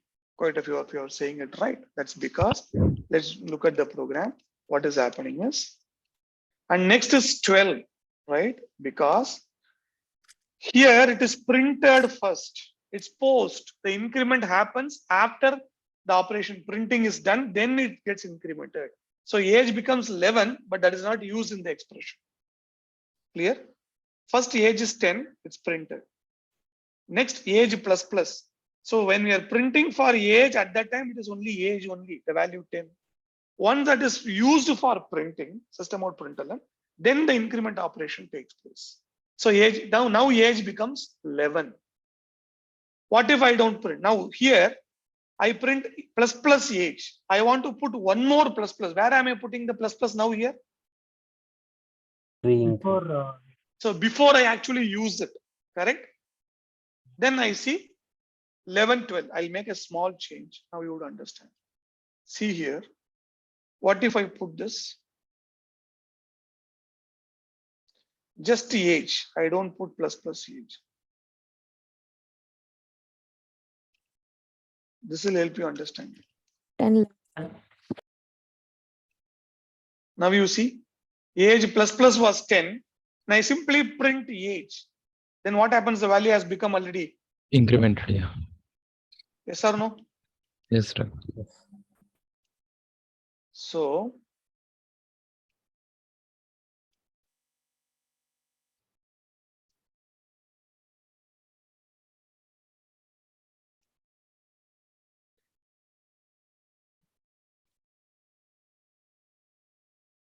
right. Do you see that? This is my output. This is my source code.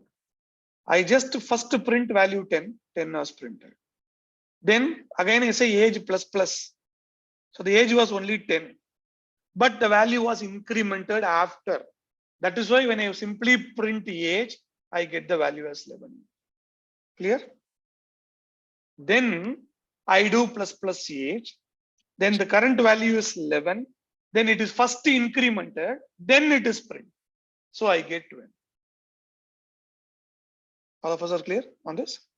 Yes, Raghavan, yes. Right. Now you understand that 90 marks minus minus. So 90 only. Post decrement. It is used first, then you have to be very careful when you take up any interviews or quizzes, anything of that sort. You got to be very careful. Right? Post decrement. The value is used in the system printed and first it has been given, then it has been decremented. What would be the value of marks now after this statement 99. executed? Sorry, 89. 89. Then I do pre-decrement. In that case, what happens? 88. It has been 88. decremented further 88. than 88. Make sense? I hope you are clear. Yes, sir. Okay. Next, what is that? I have. Next question is. Sorry. Okay. Operators. Increment, decrement we have seen. Plus equal to, this is exactly the same. Plus equal to also A equal to 5, right? And B equal to 6. If you want to do A equal to A plus B, what I can do A plus equal to B. What does it mean? Instead of doing A equal to A plus B, I say A plus equal to B. That means the left hand side is taken here once again. This will be expanded like this. Let's go here.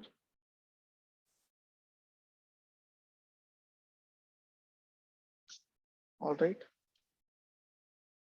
Let's do this. Int n, not n, okay. N1 equal to 5, N2 equal to 6. Simply what do you want to print?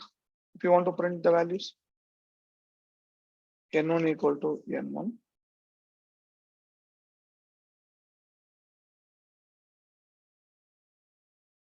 All right, N2 equal to, we print the values.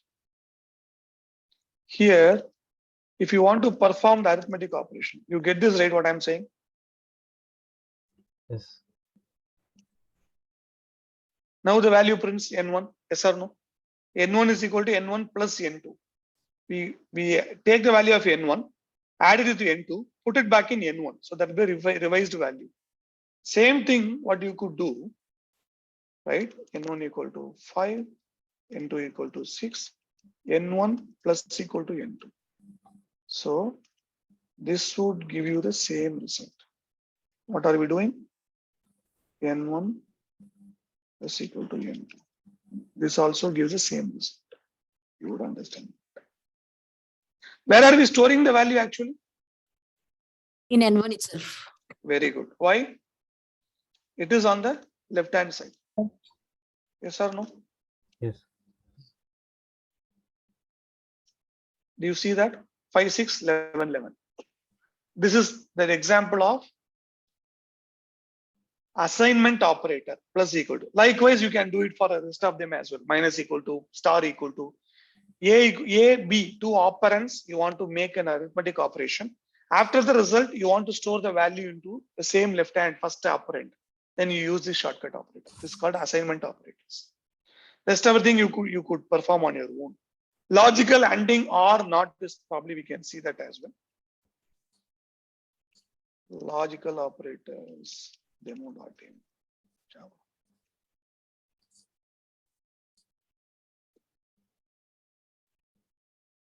Anybody knows about logical operators? Yeah. True, false. Anybody needs? Yeah. Or Not. Okay, let me cover that up. Let's see. What I can say. Okay. Let me take best example. Leap year example. Okay, we can take that as well. This bus we have AND operator. Yeah, office bus also we had it, right? Exactly. We could take that. So or I want to take a different example. Just give me a minute. Okay. So I say char. We have not seen the character data type as well, right? Gender equal to female. I am writing it for age equal to. Anybody get me what I'm trying to do?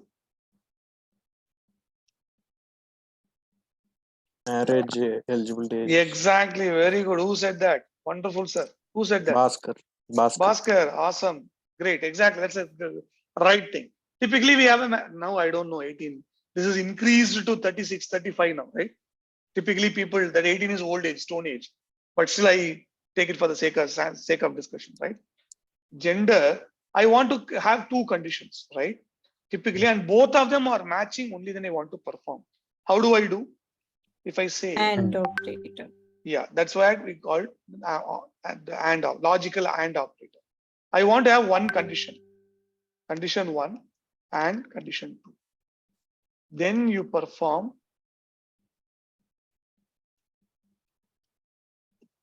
some operation.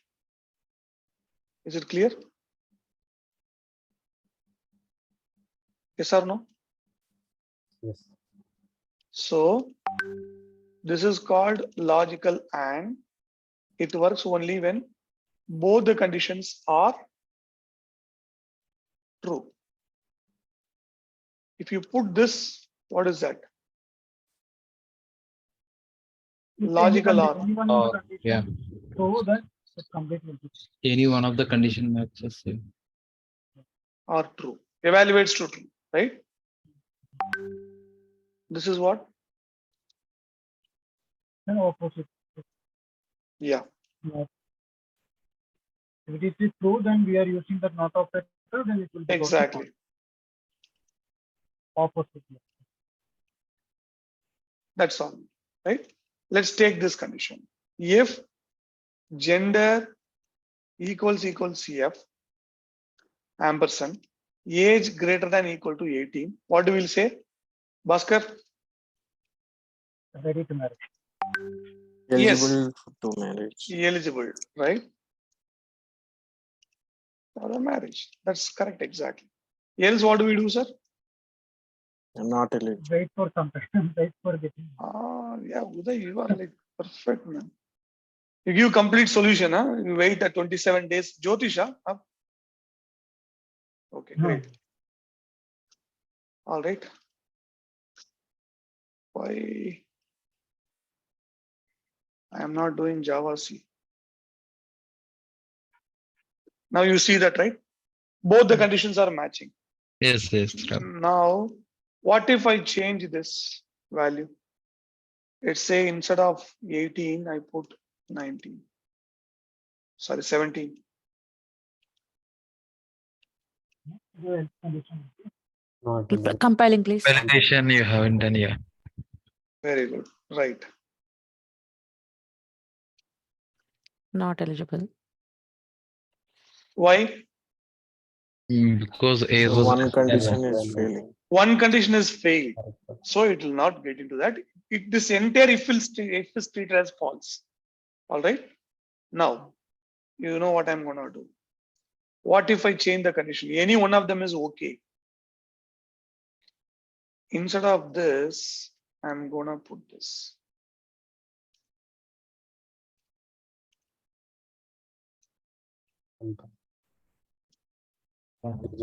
Why it says? because we used OR operator. We One of use the condition logical OR. Yeah. If any condition is true, then it will work. When the logical OR will not work, If both the conditions are false.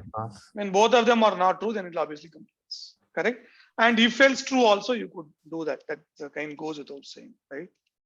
Let's assume, let's say we have another condition. Let's say, for example, I say Boolean is married already. Just for example, I'm saying. Right? What can we check? If is married, what do you say? Kindly show your marriage certificate. All right.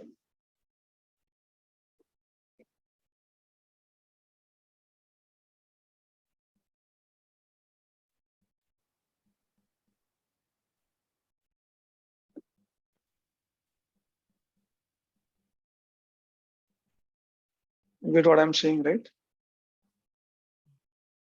Right.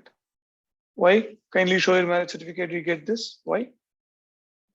We said that marriage is equal to true. Condition is true. Yeah. Now I want to change this condition here. Either I change the value or I put this. Not. Let's say if I want to check if it is not married, I want to change the value. You get the logic, right? Yes. Let's assume I want to swap this logic. 1, 2, 3, 4, 5.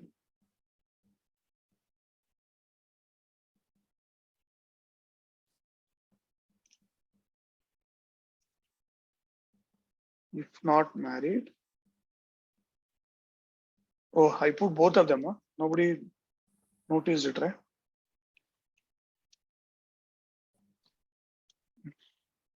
Copy, paste, but forget to replace. This also happens, guys.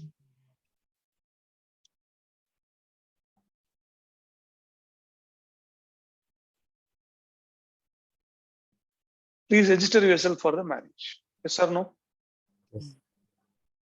That's it. I do this is not married. If I want to check, that condition is the other way around. Now what will happen then? Both the cases it gives kindly show your marriage certificate because the condition is evaluated. Yes or no? Yes, Dragon. What if I make this as false? Reverse. Please register yourself because I'm making the condition is not means what it do. It will negate whatever the value that we have. Not of this is true. If false, then it executes it. Here, false of not. 2 negative makes what? Not into false. Not false is true. Then it gives you this. Is it clear? All right. Yeah, that's correct. True into true, false. That's correct, Lakshmi. Okay. Then let's go to the next topic. Guys, you're okay to continue for some more time? To go to the next topic. Yeah, I am. Yeah, okay. sure. I have a bit of a pain, but that I can manage, no problem. So agenda, let's go to the agenda. String data type and literals. I already wrote the program, guys. String literals. Yeah. Okay, we can execute this program directly.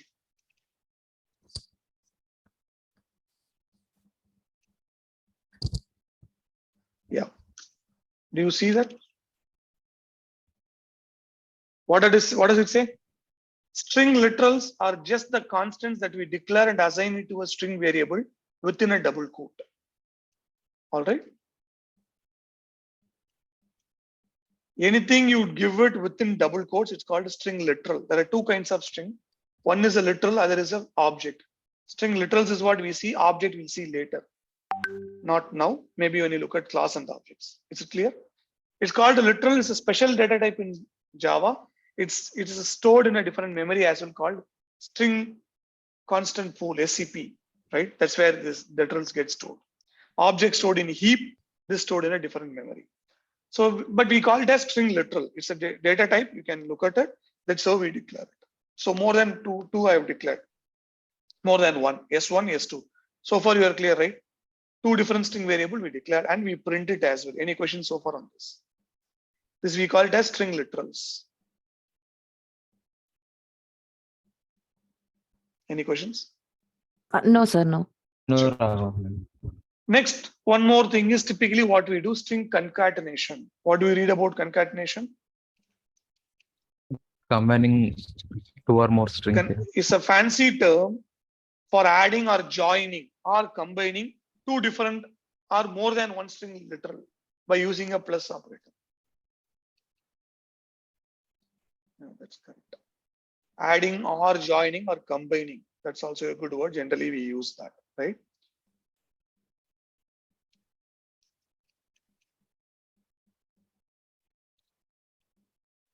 Yeah.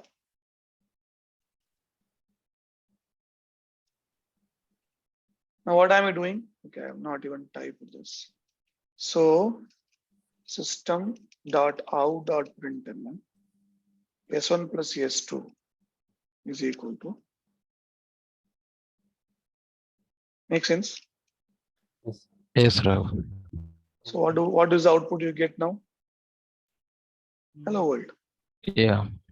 This plus that, we combine two strings together. It's called concatenation. String concatenation is a technical word we say. That means you are joining two strings with a plus operator. Like how you perform a numeric addition. This performs here. That's Java's way of dealing with it. It understands that, okay, these two are string. So I will join them together. Hello world. That is the other operation which we generally do when you want to combine two strings. We do that. Any questions? No. I'll move on to the next. Okay, this will probably come later. So far, we have been taking the arguments. How are we changing it so far? We are typing the arguments within the program. Yes or no? Yes, Raghav. So many programs we have taken. All the values we want to pass it to the program. We supply it within the program. What if I want to change the value? What I have performed? We have to do it manually if the process. Manually means what? You need to edit the code. Edit the code. Exactly. I need to go back to the program and edit it. That's the right answer. Correct? I need to go back to the program and recompile. Exactly. All this manually I need to do. Yes or no? Yes. I have to perform that. But what is the actual change that I have been performing in the source code? Changing value here. Changing the variable value. Somebody said, what is the value? Different word. Input. Very good. Just an input. Is that a part of the business logic? No. Instead of addition, you do multiplication, anything? Just the value. So does it really add any values to the program? No. So generally what we tend to do, there is a way where you can supply the inputs from outside the program. You don't need to keep it inside the source code. You bring it out, push that out and pass it outside. There is a problem. All of us have used a calculator, sir. Yes. So let's take, what is that? Arithmetic operator demo. Assume that I run this program, right? What is the value do you see here? 5 and 6. Assume I give you the program. Last year you run in your machine. What will be the output? Same output. Same. Yatish, you run it. Same output. Just because you are running elsewhere, and maybe you are less than 20 years old, for example, I don't know. Do you think any concession will be given to the program? No. No. Like calculator also, right? You understand. Assuming a calculator is prepared. always there is a button called sum. You press the button, it gives 11. Will you be happy? No. Why? Because for different Our requirement, we need Normal. different output. Yeah. You want to keep the device calculator helping you with the computation of any number you want to do. It is not like that, in your entire lifetime, you'll always be willing to add 5 and 6. Yes or no? Yes. You may end up having two different numbers. So then it is called hard wiring. The input is actually closely tied. This is called hard coding. How many of you have heard the term so far? Did any of you heard the word? Yes, sir. Yes, Me. sir. Yes, Raghav. This is the meaning. Is that same as that of tight coupling? Or that's different? You could say, but not really. Yeah. Dashika, right? Last year. Last year. It is a very, very long distant cousin. Probably just for the sake of consideration. You could, but not really. Tight coupling is something more when we talk about classes and object with respect to dependencies, not on this. So I wouldn't even vote for it last year. But that's a good question. Has some relevance, but not very real. But that's a great question. Okay. So this is what it means, hard coding. What is that hard coding? The value is already predefined. We are unable to change.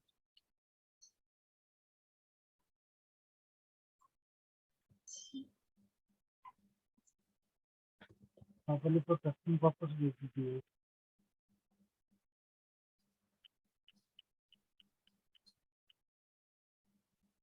Yes, sir. This is called hard coding, hardwired. This has been fixed. The program will always work for that input. So this is the first probable thought you should have as a programmer or a developer. The value should not be mostly hardwired. You should always look for making it parameterized, customizable, changeable. That's what we say hard coding. Hard coded values, they say. That means as part of the source code, you directly give the value, making it tight, fixed with only one value. That's all. In your entire lifetime, it will give only. Then it becomes what in that case? Can somebody give me another annotation, which you have already discussed? Any time in the, no. Any time of the day, any time of your life, if you go for it, it keep giving the same value. What do you call that as? We have seen an example last class as well. First time we discussed about floating data type, also we used.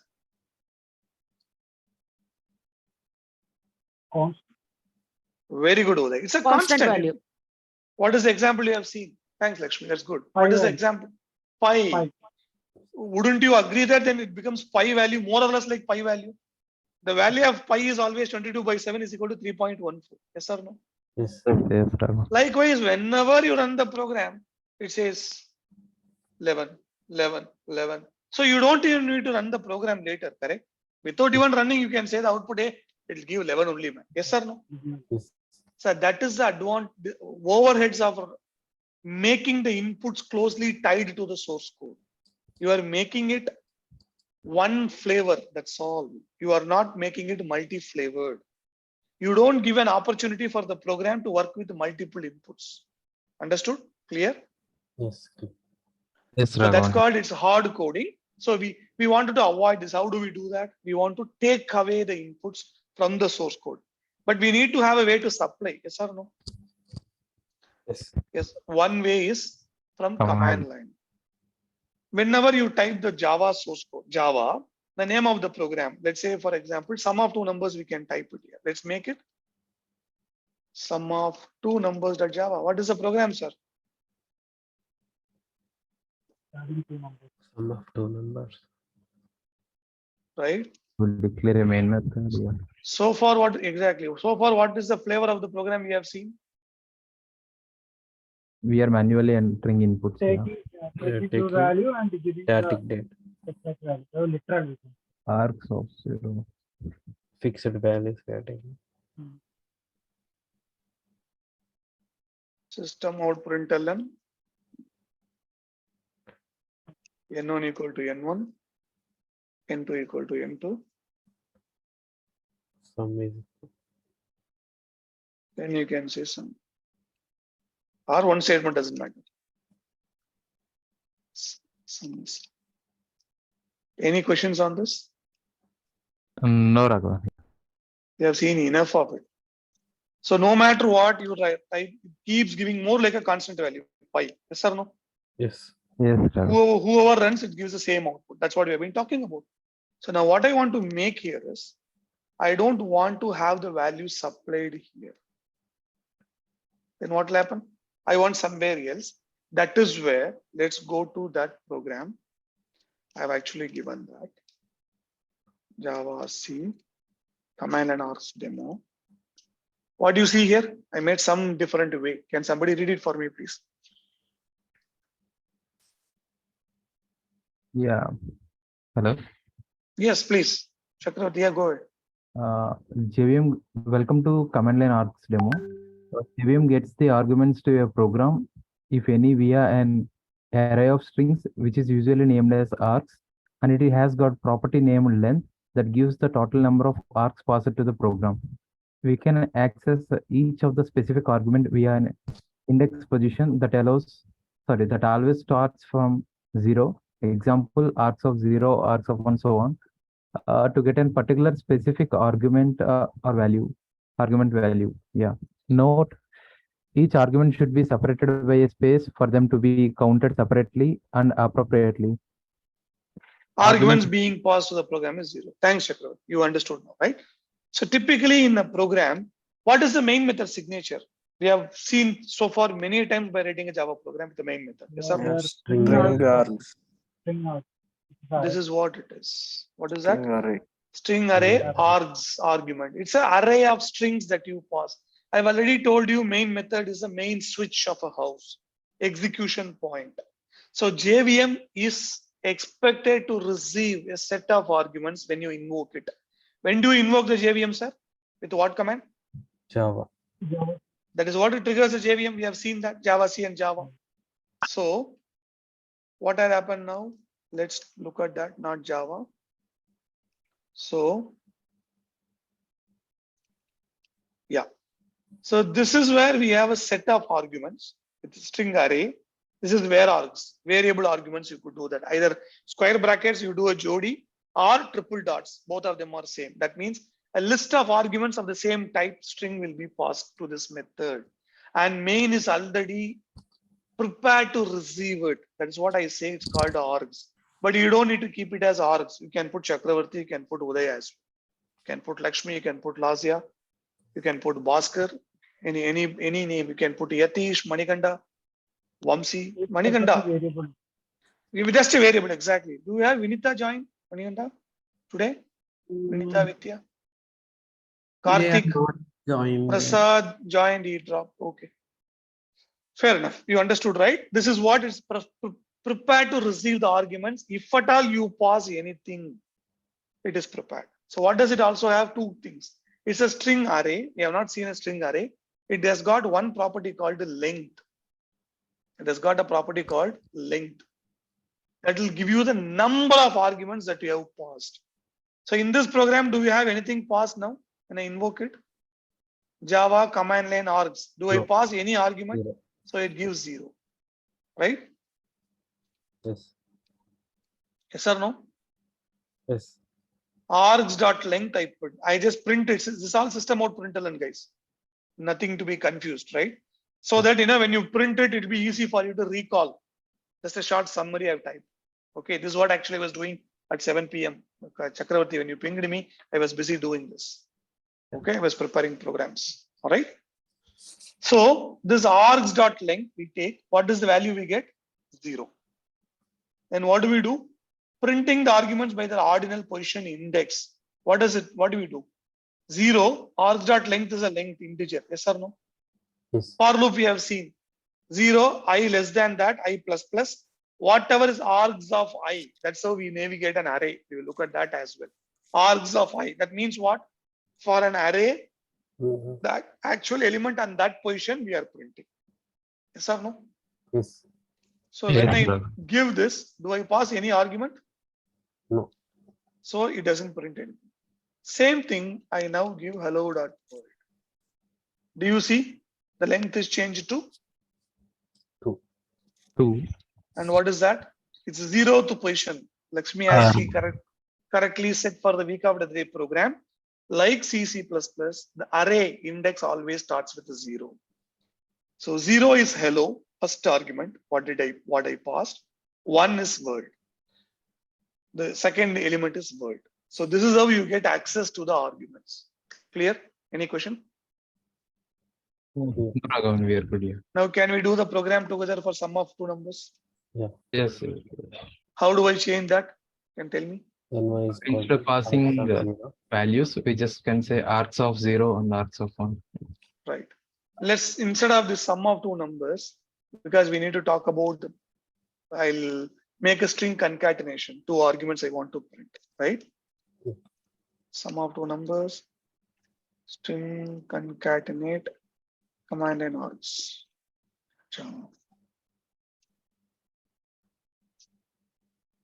What is this? String concatenate, command and args. So what do we do here? Delete this, delete this, delete this. What can I make? String n1, string n2. Just for the sake of it, I'm going n1. All right. Let's first see, make the program work. Okay. Hello. Yes or no? Yes, sir.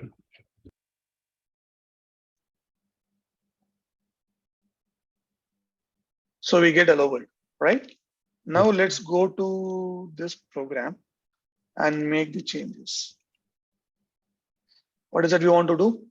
Let's make this. What is that we need to type? Can somebody tell me? Is equal to Arcs of 0. Yeah.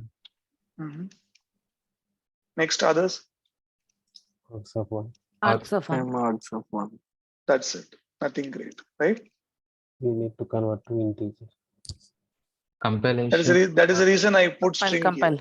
Compilation. Compile. Yeah. See, I don't do it every day, every time, right? Sometimes I purposely do that so that I'm just trying to check how inclined are you, right? Great. Who said the parsing and all? Yatish. That's a typical problem. We always know, okay, command arguments parse doesn't require. It's not necessarily. That's the reason I put string concatenation. I kept that aside. Okay. Why I give this out of bound exception? Why?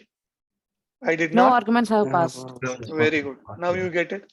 Now I can do, say, Lakshmi. What's your surname, Lakshmi? Madala. Madala. Madala. Okay. Okay. Bhaskar Raju.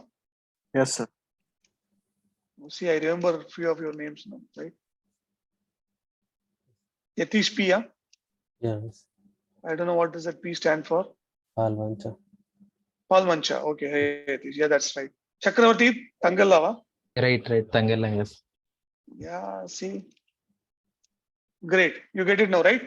Right. Now, do you agree with me the fact that I am able to run with many of your names without making any change to the source code? Yes or no? Yes. This is the benefit of not having the values hard coded into the program, but you keep it outside. The data, input data should not be tied to the source code. It should be kept separate. The benefit is just for the change in the input data, the program doesn't need to be recompiled again. The program can be as what it is. You just pass a different input and the program will work fine. Yes or no? Yes. Yes, Raghavan. Now let's go to the other thing. What Yatish was looking about. I think I already have that parsing. Yes, converting string to numbers. We'll look at it. Generally, what had happened when we give input? Now we go to this string of two numbers, right? Not strings. What is that? Sum of two numbers. I'll change that to command line arguments. MV sum of two numbers at Java. Sum of two numbers command line arguments at Java.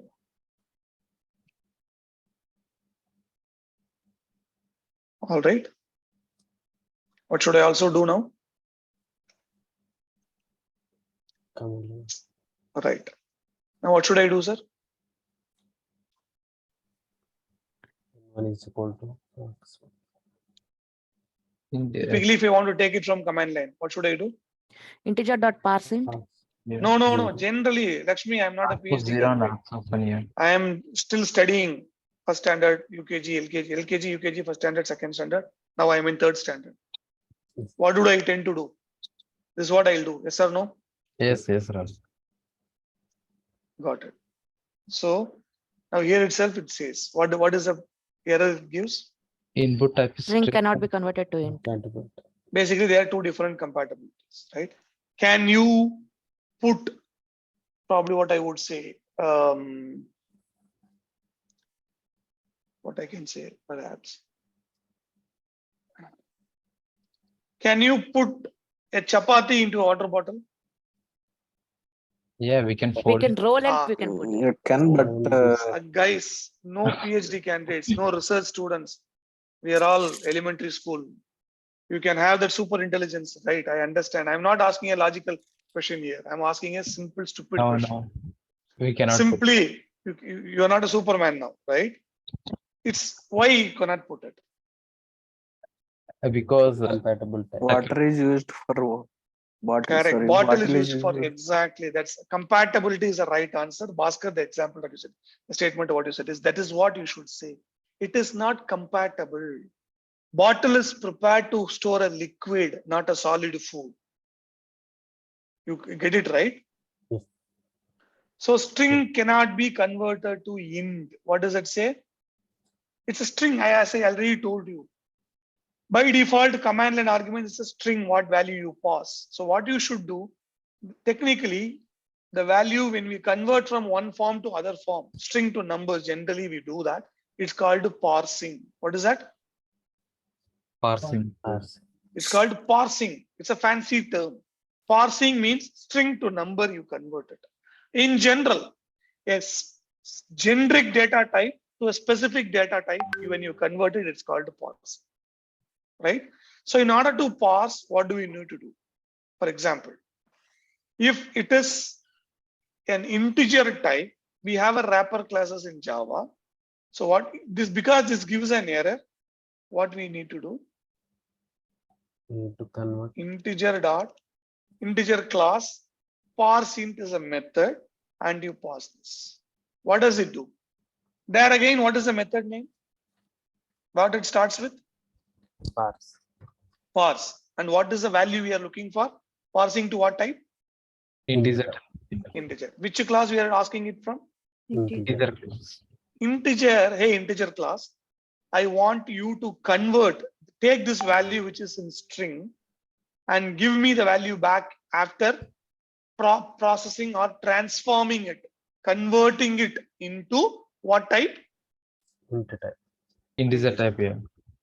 So likewise, what I do, integer that pass int out. It's a method, right? Now, let's do that. Any errors? Yes. No, Rajan. Yes. Index out. Any errors? Index out. No.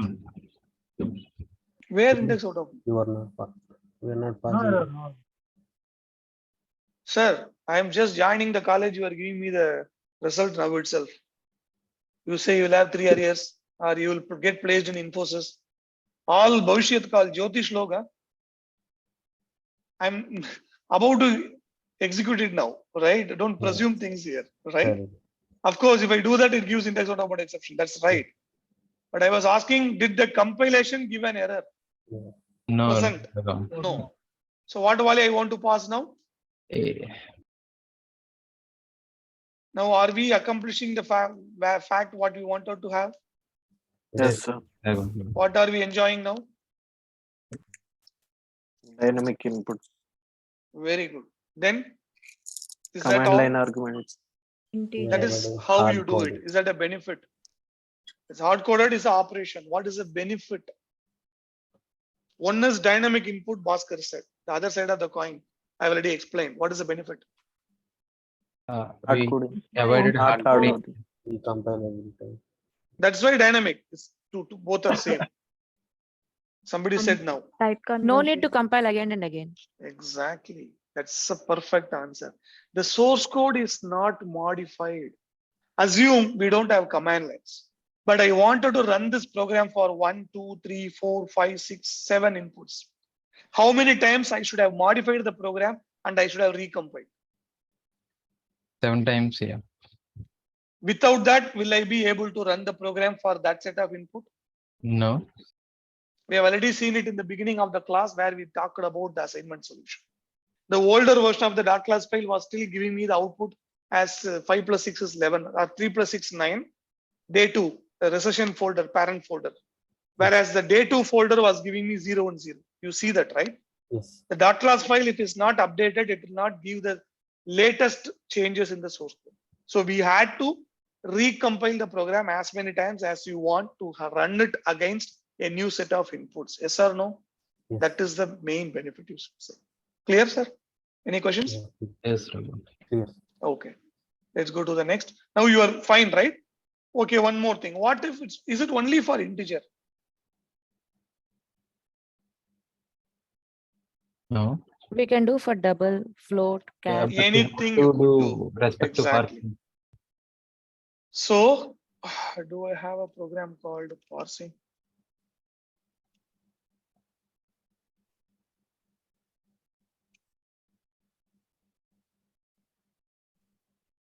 Parsing values demo. Yeah, I do have.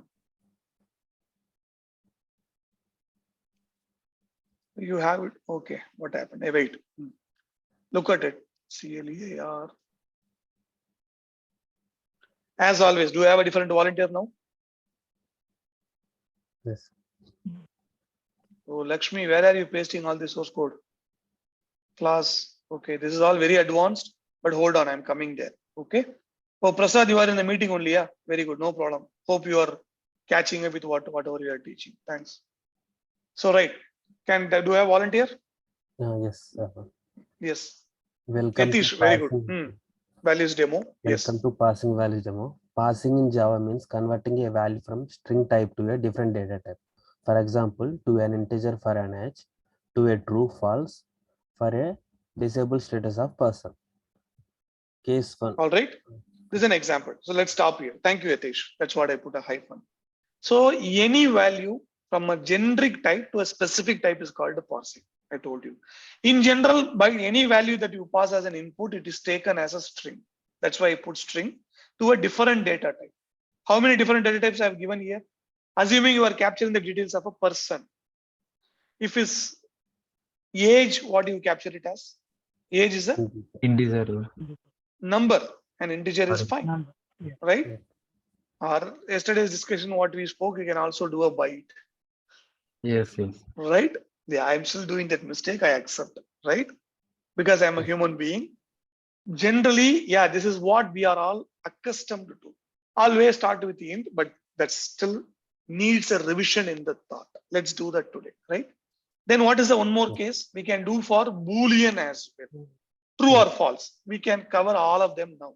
Case 1. Okay, let's finish that first. Okay, before we go there, let's come back here. Give me a minute.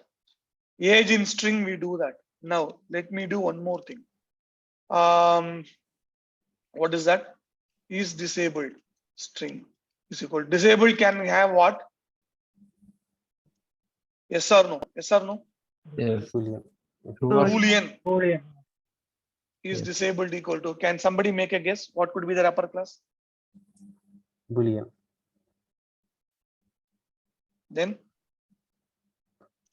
Parse Boolean. Parse Boolean. Parse Boolean. exactly. Then system dot. When you are in doubt, you don't know what you can do. Go here, Java dot Boolean parse. Just give this. See, Boolean, always try to refer to the Oracle official website. My recommendation, right?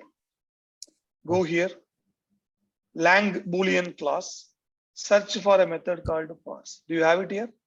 Takes a string, returns a Boolean, correct? Parse a string argument as a Boolean value.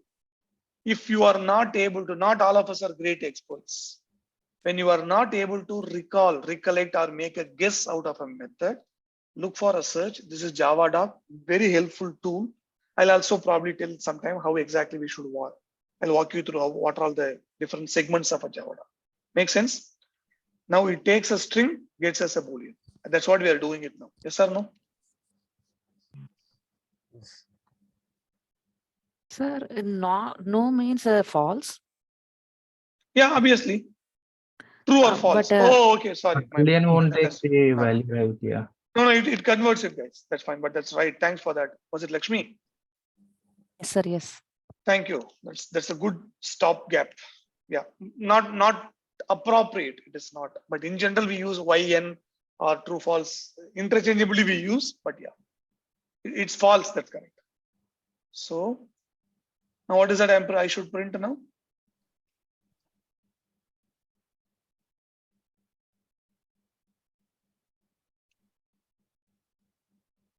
Yes or no?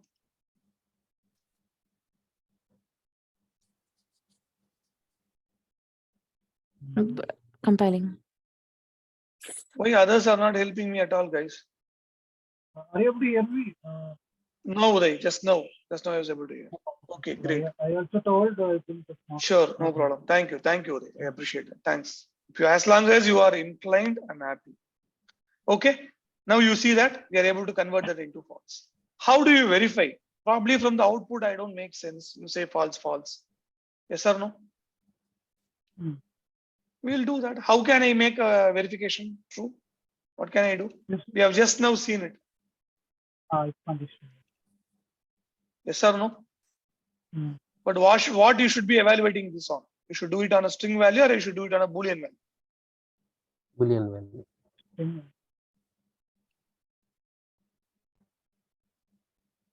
Let's assume we give some concession, probably for anything, student admission fee, anything for that matter. Let's say we give some concession. All right? Yes or no? Yes. Yes. Yes. Only if is disabled is true, it will make. Else? What do you say? Not eligible.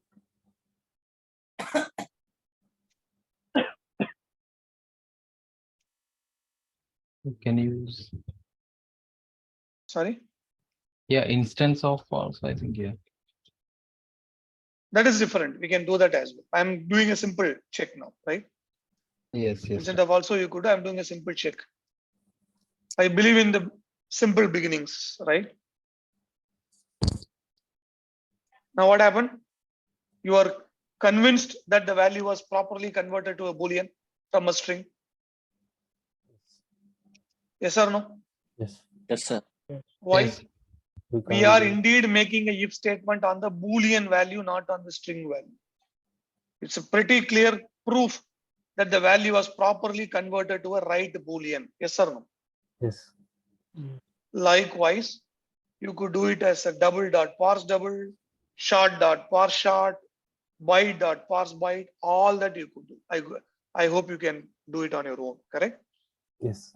Now let's look at this one more. We do have one problem. What if you don't pass the right value? See that here. So this is everything we are using wrapper classes, right? Like Yes. integer byte. Correct. Boolean dot parse. We are taking the API, JDK API. Correct. Inbuilt API. We don't write it. This is the benefit of a JDK, Java Development Kit. It gives you something inbuilt available for you. It's as good as, let's assume we are. How many of you go to office? Whoever, if you are continuing to work or when you are working, how many of you used to go to office? Yes. Once a. Yatish, what do you take while you're going to office, Yatish? Laptop. With you? Yeah. Laptop, then? Box. Bag. Yeah. Box. ID. Okay. Yeah. How about table, chair, water can, It's already available there. toilet? Looks very funny, right? Yes. Why you don't carry all that? These are all Already inbuilt in already available. Inbuilt. It is available in the office. Likewise, these are all certain rudimentary, much needed functionalities given in the form of API. Where did we see the form API? You remember this? Where do you see the form of API, sir?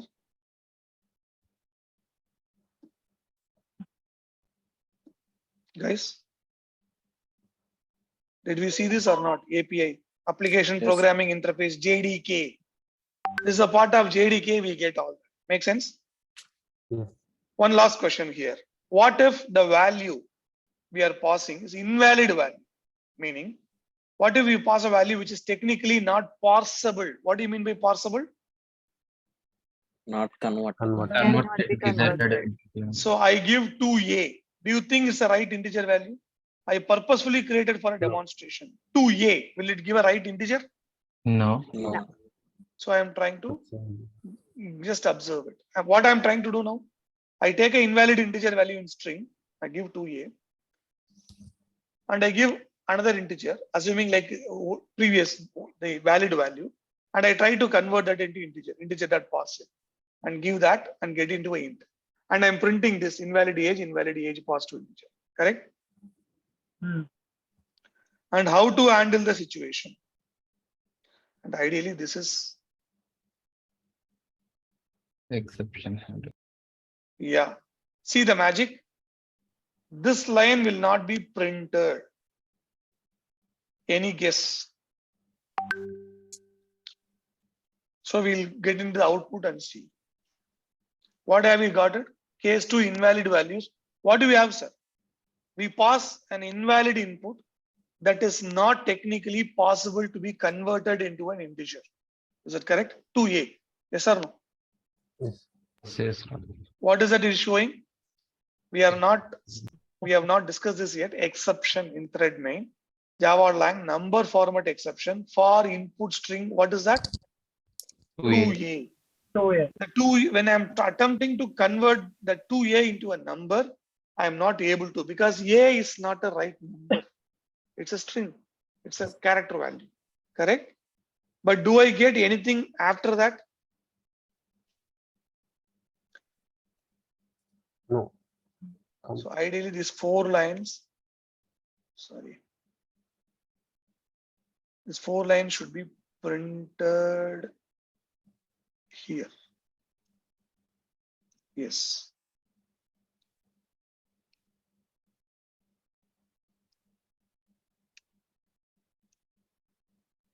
Yeah. Right.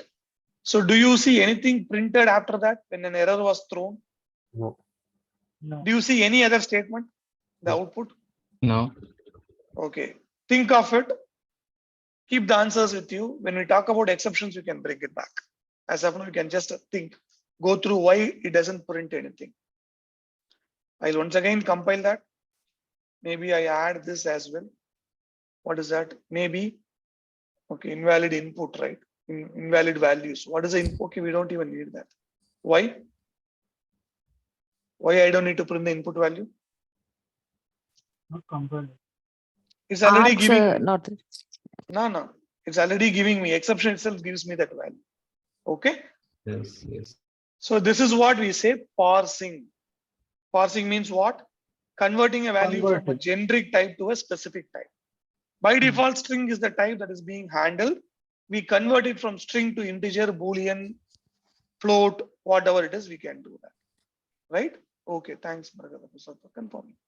Now let's go to probably another topic for the day. Where is my agenda? Converting. Okay. It's also same as a typecasting. Sorry? It's also like as a typecasting. No, typecasting is different too, right? Typecasting is, it's okay, that's a good point. Typecasting is only when you know that there will be a spillover, but you are okay. Let's look at that. Good one. I can convert that, cover that. Just give me a minute. Good hint you gave me. So,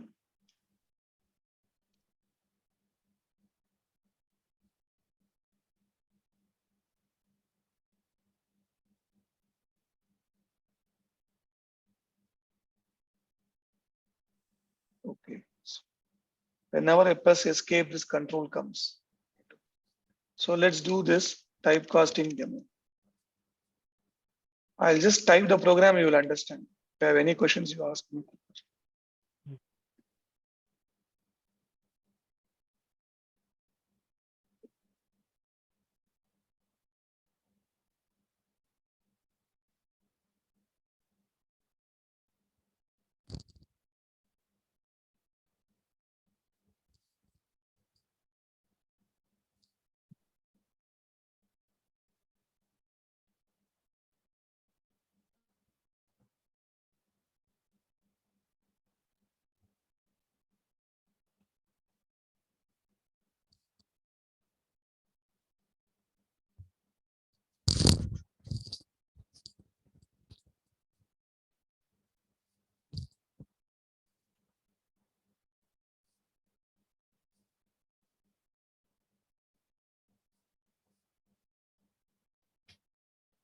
Yes.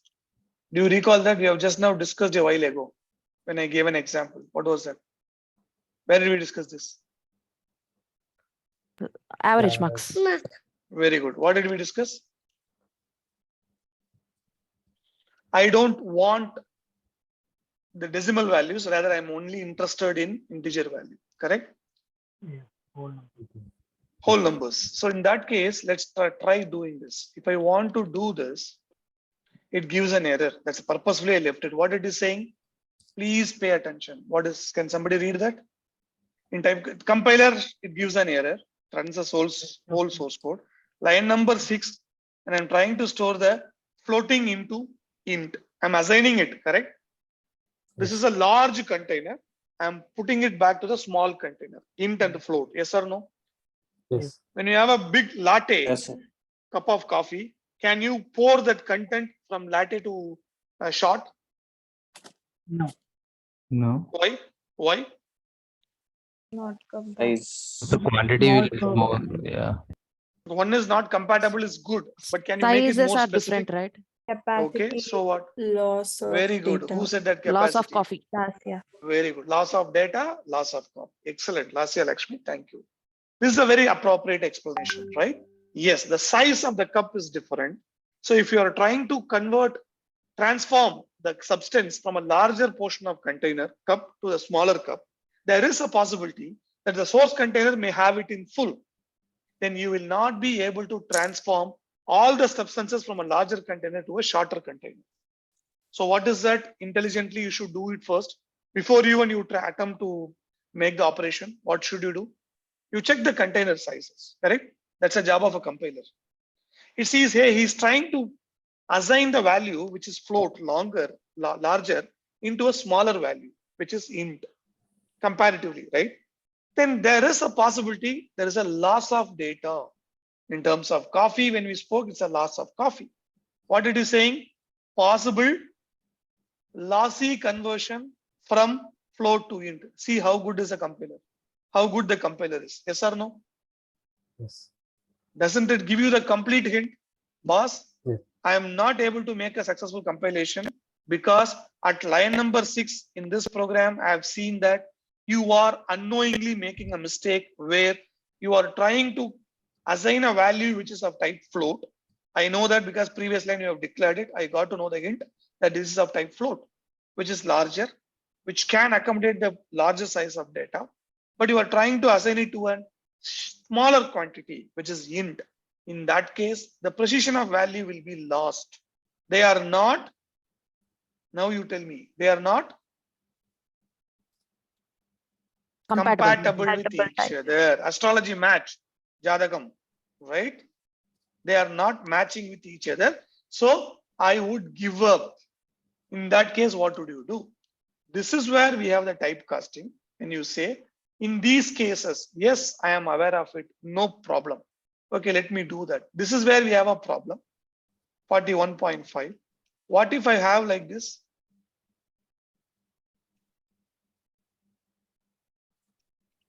You understand what change I made? You understand what change I made? Instead of 0.5. 41.0 is re-return, correct? And what's the big deal? If it is 41.0 is 41, I'm okay to take it. The 0.0 loss is okay too. Yes or no? Yeah. So what you will say to the compiler is, it's fine. I am aware of the possible losses and I'm okay with it. You don't need to stop your work of compilation because of this. So in order to let you go to do your job effectively, I would say that I am okay to take this value. You please convert that into int and give it to me so that you are happy, right? You chop off. Whatever it can fit in, you give it to me. I'm happy to take this in my cup. This is what the cup I have it. Yes or no? Yes. Yes. So I am casting the data type while performing an operation, assignment operation. So this is called typecasting. Casting means changing. Is it clear, Uday and everybody? Yeah. Now I do this Java C typecasting demo. Do I get a compiler error? Did the compiler comply? No, because we No, already no. converted. Because you have told that, boss, I'm okay, I'm aware of this. Now when you run this, but obviously you know that, will you get dot zero? No. No, If you it will be expect loaded. it, if you expect it, then there is something wrong in you. Serious trouble. Correct? You only wanted to chop off the decimal digits and you received it in a smaller container. After receiving it, then you are crying that, hey, I am at loss of quantity. You can't do that. You are not expected to do so. Make sense? Typecasting, all of us are clear? Yes, yes. Yes, yes, yes.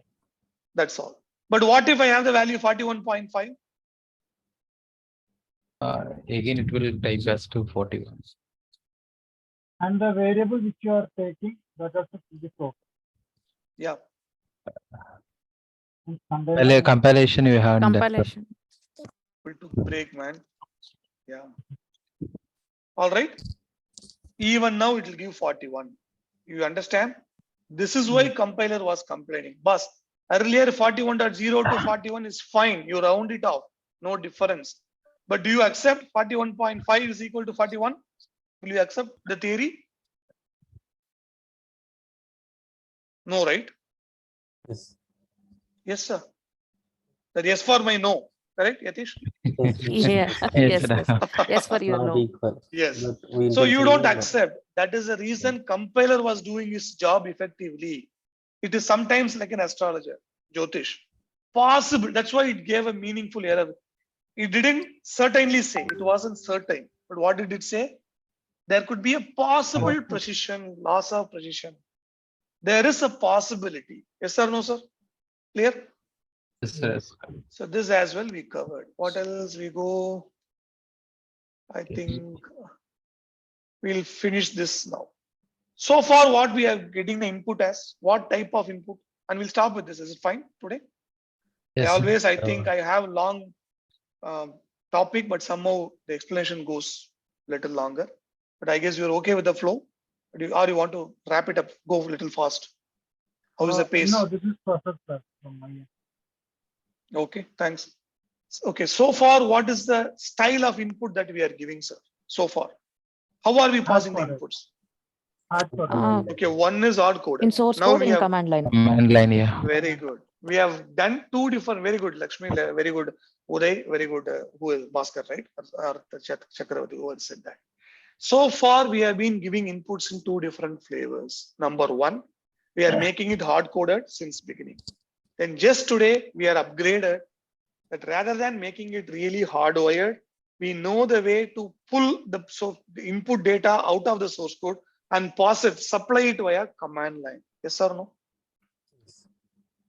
Yes, yes, sir. But you need to give it only from compiling the program as part of the Java when you invoke it.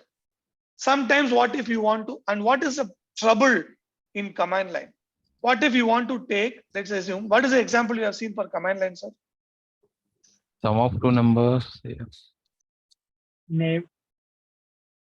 Command line args demo. Right? How many arguments we receive? We didn't have anything here.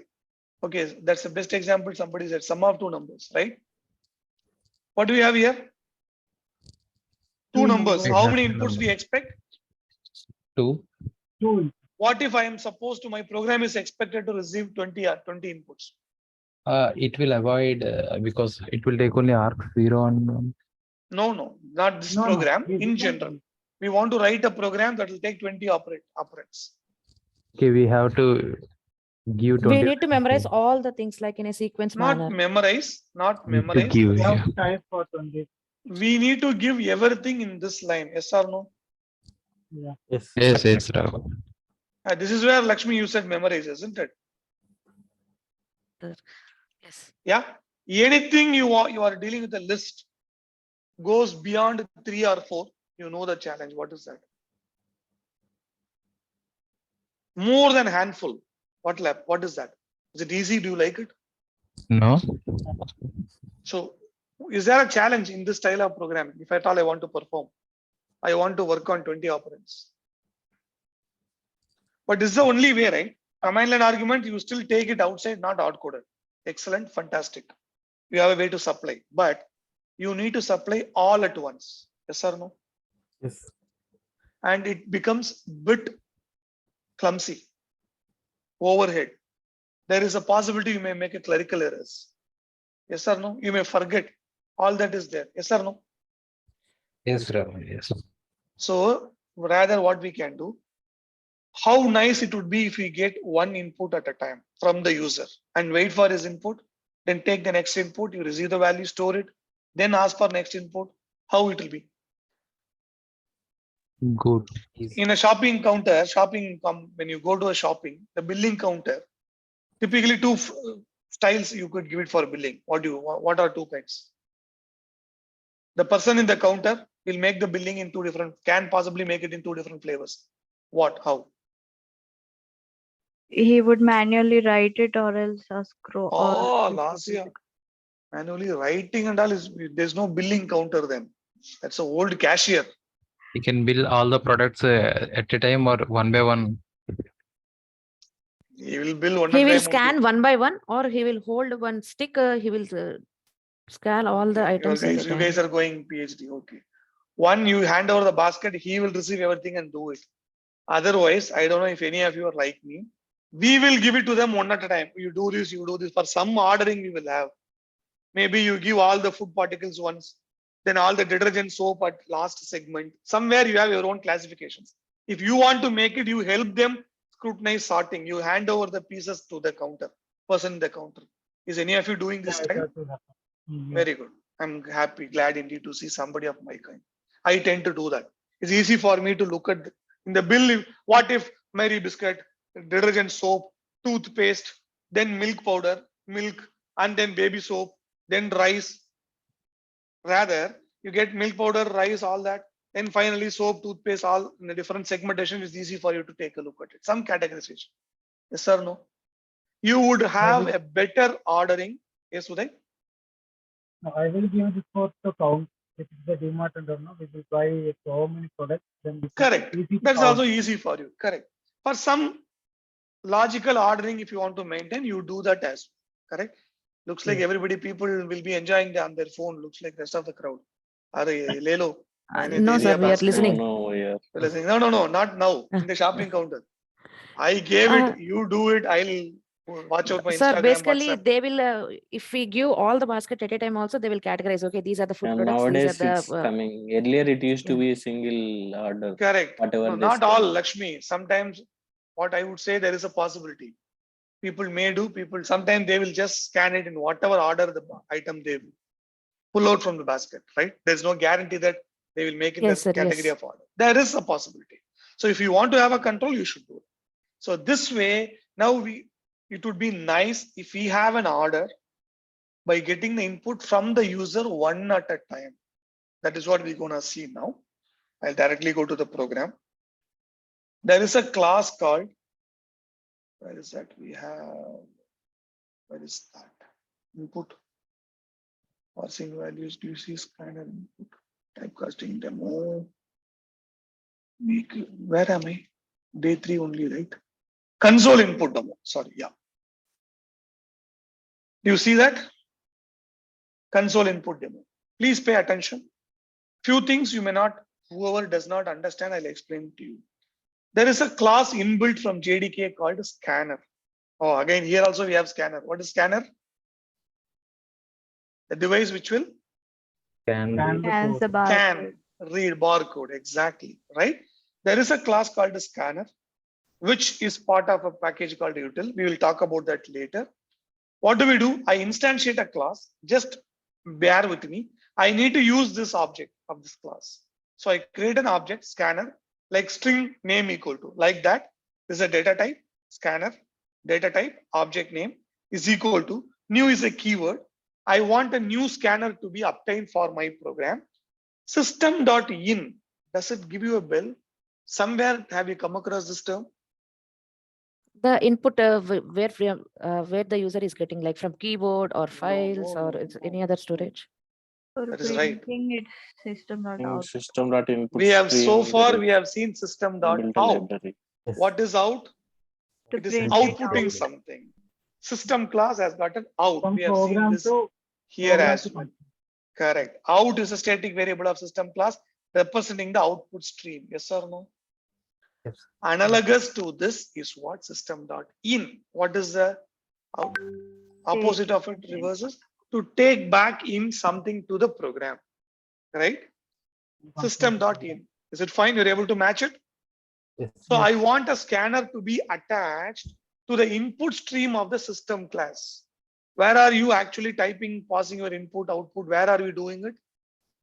Keyboard. This Console. console, screen or console, correct? That's why I wrote the program as well as console input. Got it?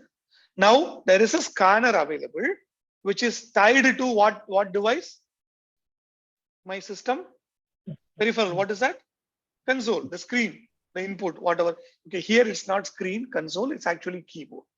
Input stream is from key, where I'm not really keyboard. The input stream is a logical component which is tied to the input. Whatever the door that is opened for a program to receive the input, it's input stream and the output stream. It's more like in all the modern taps in a washrooms or bathrooms. How many taps do you see in toilets, in showers? Sorry. How many outlets in a tap do you see? When you go take a shower, you see how many outlets in the tap of a tap? 2. What are those for? Great. Cold and hot. Very good. Exactly, Vamsi. Good answer. Cold and hot. Likewise, you think of this way. One is input stream, where it can take an input. Other is out. So probably all of us are using this water purifier, correct? Or washing machine. You feed an input pipe to take the water in. There is also an outlet of the washed water, the dirty water to come out. Yes or no? Yeah. Think of it that way. This is one stream that takes the values as an input to the program. That is system.in is watching out. There's another stream. The processed output is sent out. That is system.out. Is it clear? Now, so this is what the program talks about it. We need a few details of you. Kindly provide them one by one. What am I saying? One by One one. by one. That's the whole beauty of this class, the topic we're talking about, right? Yes. What is the next thing I say? Note, any input you feed in is always taken as what? String value. String value. You all know by now, correct? We have spent enough time in parsing it. Let's get a string value from the keyboard. What is that we are doing? Enter your name. What it is going? System out. I'm just printing. I'm giving a hint to the user what value I want you to enter now. What value he will enter? Name will enter. Right. Then the next method of a scanner class returns a string value. What do? Now user has typed in something. I ask scanner if the barcode, when they read, what happens? Basically, all of you have observed when they show it against the product's barcode, the scanning device, what result does it have? It will fetch After Beep details of sound. product. Barcode ID will be. Now one said, Beep sound. very good. That's a right observation. First is a beep sound. Good. I think it's Lasia, right? Yeah. Next, is that all? Yeah, the Light product stops. will be added to the list. Exactly, Vamsi. The actual details, what was grabbed by scanning the barcode, the corresponding information is added into the cart, whatever the list they have it for your receipt or the voucher payment, whatever it is, right? Billing. Into the billing, it gets added. Yes or no? Yes. The beep sound is just for your understanding that don't keep on scanning. I'm done with it. You take it off. Correct? What is actual completion is the product gets added into the what do you call invoice. Yes or no? Yes. That's what is Cart. happening. When you say cart, when you say scanner dot next, you say, hey, there is a value, go and fetch it. It's as good as you go and scan it.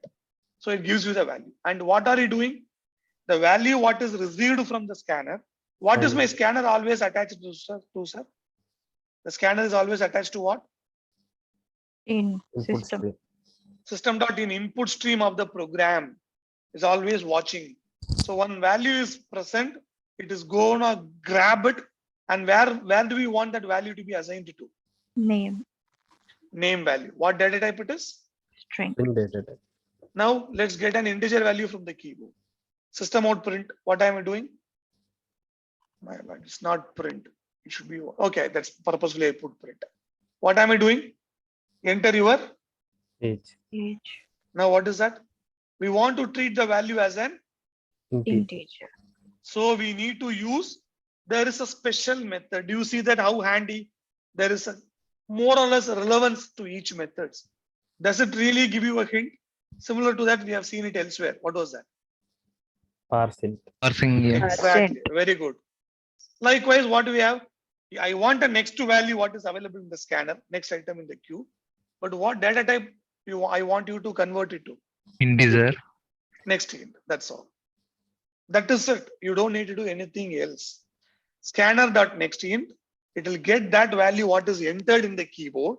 It will convert that into an int, like a parse int internally does that. And it gives you back into what value? As Integer. and you are printing. Yes or no? Yes, yes. Let's run this program now. Java C console input demo Java. Now you see here, we need a few details of you. Kindly provide them one by one. I'll tell you why I typed this. Most of the people, they just do this. You go and check assignments, people whoever do, most of them will simply do this.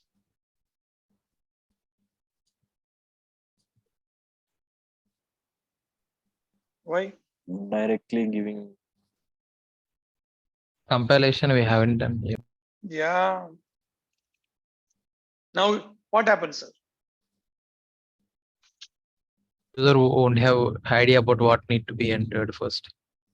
You get it?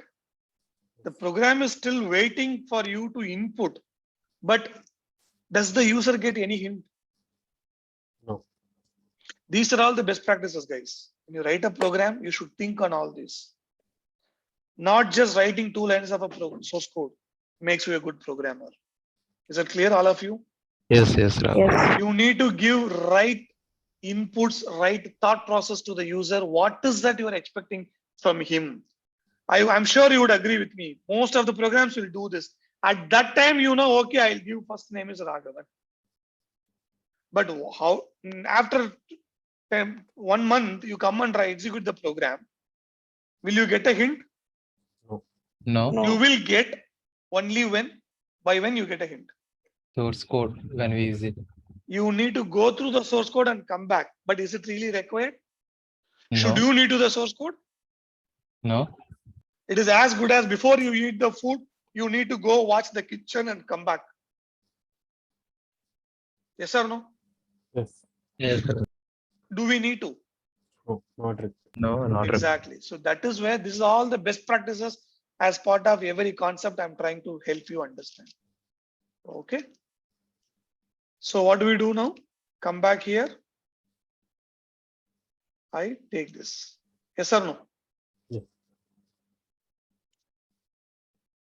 I take this. You should uncomment that. Yes. Thanks, Lakshmi. Yeah. Now it gives me that. This is again, leave it. I want you guys to know. So I told this, right? As long as you start with this is fine. Enter your name and the prompt is waiting. Now you tell me if a user is looking at this, will he get a hint or not? Yes, yes, definitely. Is it much better than the older prompt with just a screen cursor? Yes. So we will take this. Yatish. How old are you, Yatish? 26. Very good. Now you see here. Now let's run that. Who is the next volunteer? Lazia, are you okay to share your age? Yes, Or I'll fill in 23. something. Very good. Thank you, Lazia. No problem. See, again, you need to watch it out, right? Manikanda, do you have the call still? Oh, they have dropped. Okay. Lakshmi? Sir, 30. Okay. Okay. Got it. Now, do you understand the next level of providing inputs to the program from the keyboard standard input, where we have 2 benefits. One, certainly the value is not tied to the program. we bring it back to our control, but we are also escaping from the overhead of giving all the inputs at one shot at the command line. Rather, we take intervals to let the user know what input he is supposed to provide and one at a time. These are all the benefits of this style of program. Make sense? Forget about these errors. That it's not a picture perfect program. Just in the beginning stage, we are understanding this. Yes or no? Yes, yes. And this next int is internally doing the parse int. You would understand that. Let's do one, just a small thing. Console demo, right? Can we do that as a Boolean also? Same logic? Yes. Yes or no? Boolean, what can I do? Is graduated. Let's see. Not always married or disabled. Is graduated, whether he's a graduate or not. Yes or no? Yes. I don't know what is the right method. What should I do? Or official documents. What should I do? Go to Oracle. Go to Google. What should I do? Scanner. Next Boolean. Somebody has searched already. So Java T point. Where is Oracle? Okay, I should type Java dark. So if you type Java dark, basically it takes to Oracle, right? Scanner class we are going. Yes or no? And please make sure that it is matching with your JDK, what you use. 8 is standard, but just to be cautious. Next Boolean. Okay, do you have has next Boolean? Next Boolean. Yes, we have. We have it.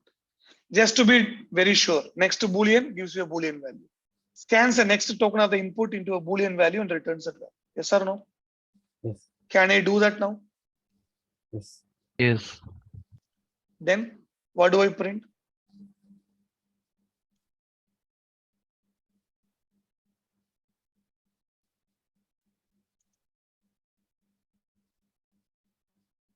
Can I take, okay, ternary operator you have not seen. Let me take it. Is graduated, what do I do? String status equal to, let me put null. If is graduated, what can I type, sir? Yeah. Am I good to do that? Graduate. Status equal to Graduated. graduate. Else what can you do? Graduate. Not a graduate. All right. Graduation status. I'll put status. Yes or no? Do you agree with me? Yes. I'll be able to confirm whether the data is properly converted into a Boolean or not. We are not taking input from input. Thanks, Lakshmi. That's correct. We are taking input, but we are not giving a hint to the user. Yes, yes. Yes? Are you a graduate? And what we can do? Enter true or false, we can say. You should give that as true or false means that's what in a hint you give it in the bracket. Yes or no? I think it's case. Sorry? That's fine. So yeah, let me take, sorry, I typed my age wrong. True. Now it takes graduate, right? Yes. We give false. Now it said not a graduate. Are you convinced of the fact that it is properly doing a parsing as well behind the scenes? Yes. All of us are Yes, clear. yes. You can perform. Now take one more assignment. Convert your average marks, total average what we did yesterday, converting that into 2 different flavors. I'll try that as well. Next program, probably the last program of the day. Write this a Java program to compute the total and average of 3 different marks of a student by taking the inputs in 2 different flavors. So you have to write 2 different programs, sir. What is that? A. pass the inputs from the what? Command line.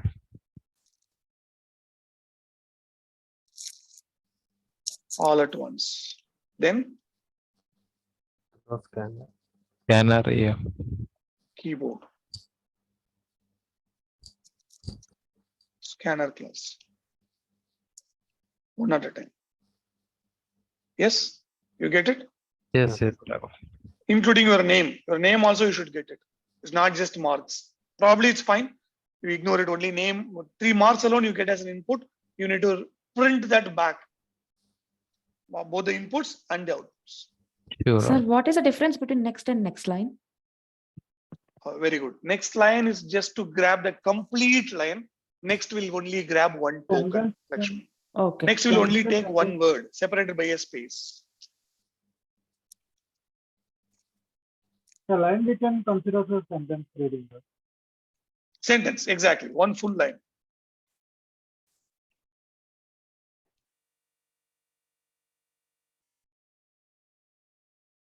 Is the question clear, guys, on the assignment? Yes, Raghav, yes. All right, I think I'm pretty much done. Sorry, it took a little longer, but as always, I have something left out. I couldn't cover whatever I wanted to cover arrays, but somehow it gets delayed, but it's fine. But any questions so far? I think whatever you have covered. I think we had a decent coverage today. Parsing, I'm going a little slow. Maybe I thought I could, maybe a little bit faster we should do, but still, yeah, comparatively, so that we have to cover the rest of others for the people who are already experienced as well. But so far, is it fine? Any questions? Yeah. No, Raghavan, I am good, yeah. Okay. Nothing's good. And others as well, I just wanted to ensure in every class, people who are experienced, do you also feel that something new you are learning, or just that okay, everything what you already know, but you're just blindly, just as a refresher, it helps. Is it also a learning quotient you have, or just a quick, just a refresher? How does that, what is that you feel, the experienced people who are already into Java? Yeah, in some areas I can. In detail, some of the issues we learned. Okay, you get to learn something new. Is that what you say, right, Bhaskar? Actually, we used to do everything in IDE. Okay, no, it's totally new, huh? Command line you have not tried. Not Okay. new, like these kind of errors we are not used to get. That's the reason you should do that. That is where that's a right way of doing the programs. Starting with IDE, IntelliJ IDE or Eclipse will probably wrap up most of the things behind the scenes, and you have no clue or idea what is actually happening behind the scenes. Okay, I'm glad indeed. Thank you. Yeah. Anything else from No, others? no. Any questions from anybody else? No, Raghavan, from my end. Okay, thanks, Uday. Thanks for the good participation that you made equally. All right. So that said, then there are nothing to discuss further. Thanks everyone for joining. Yeah. And please try to make up the assignments then and there earliest possible. Please practice this as well, the source code. I'll be checking into the GitHub what account we created. And this video also I'm recording. I don't know whether you have a necessity to go through the videos. Any of you are able to watch the videos? Are you all able to access the videos? Or is there any challenge? No, Let me know. In YouTube, YouTube, we are going to, yeah. Yeah, in YouTube only I'm saying. You are able to access the videos, right? Yes, yes. Yes. Wonderful. Please do that. Try to make more practice. I know, again, I'm saying, right, not everything I can cover. I'm doing my best with the best bit of slowness because there are people who are totally new as well. But you need to do more practice on your own. I'm saying that. Please do help yourself. Okay? Yes, yes. All right, guys. Thank you very much for your good participation. Thanks a lot. Have a good night. And Lakshmi, to you a good day. Very good day. Take care, guys. Thank you, sir. Thank you. We'll catch up again. Thank you, sir. Thank you for your Bye. time. Take care. Thank you. Good night. Bye. Good night. Bye.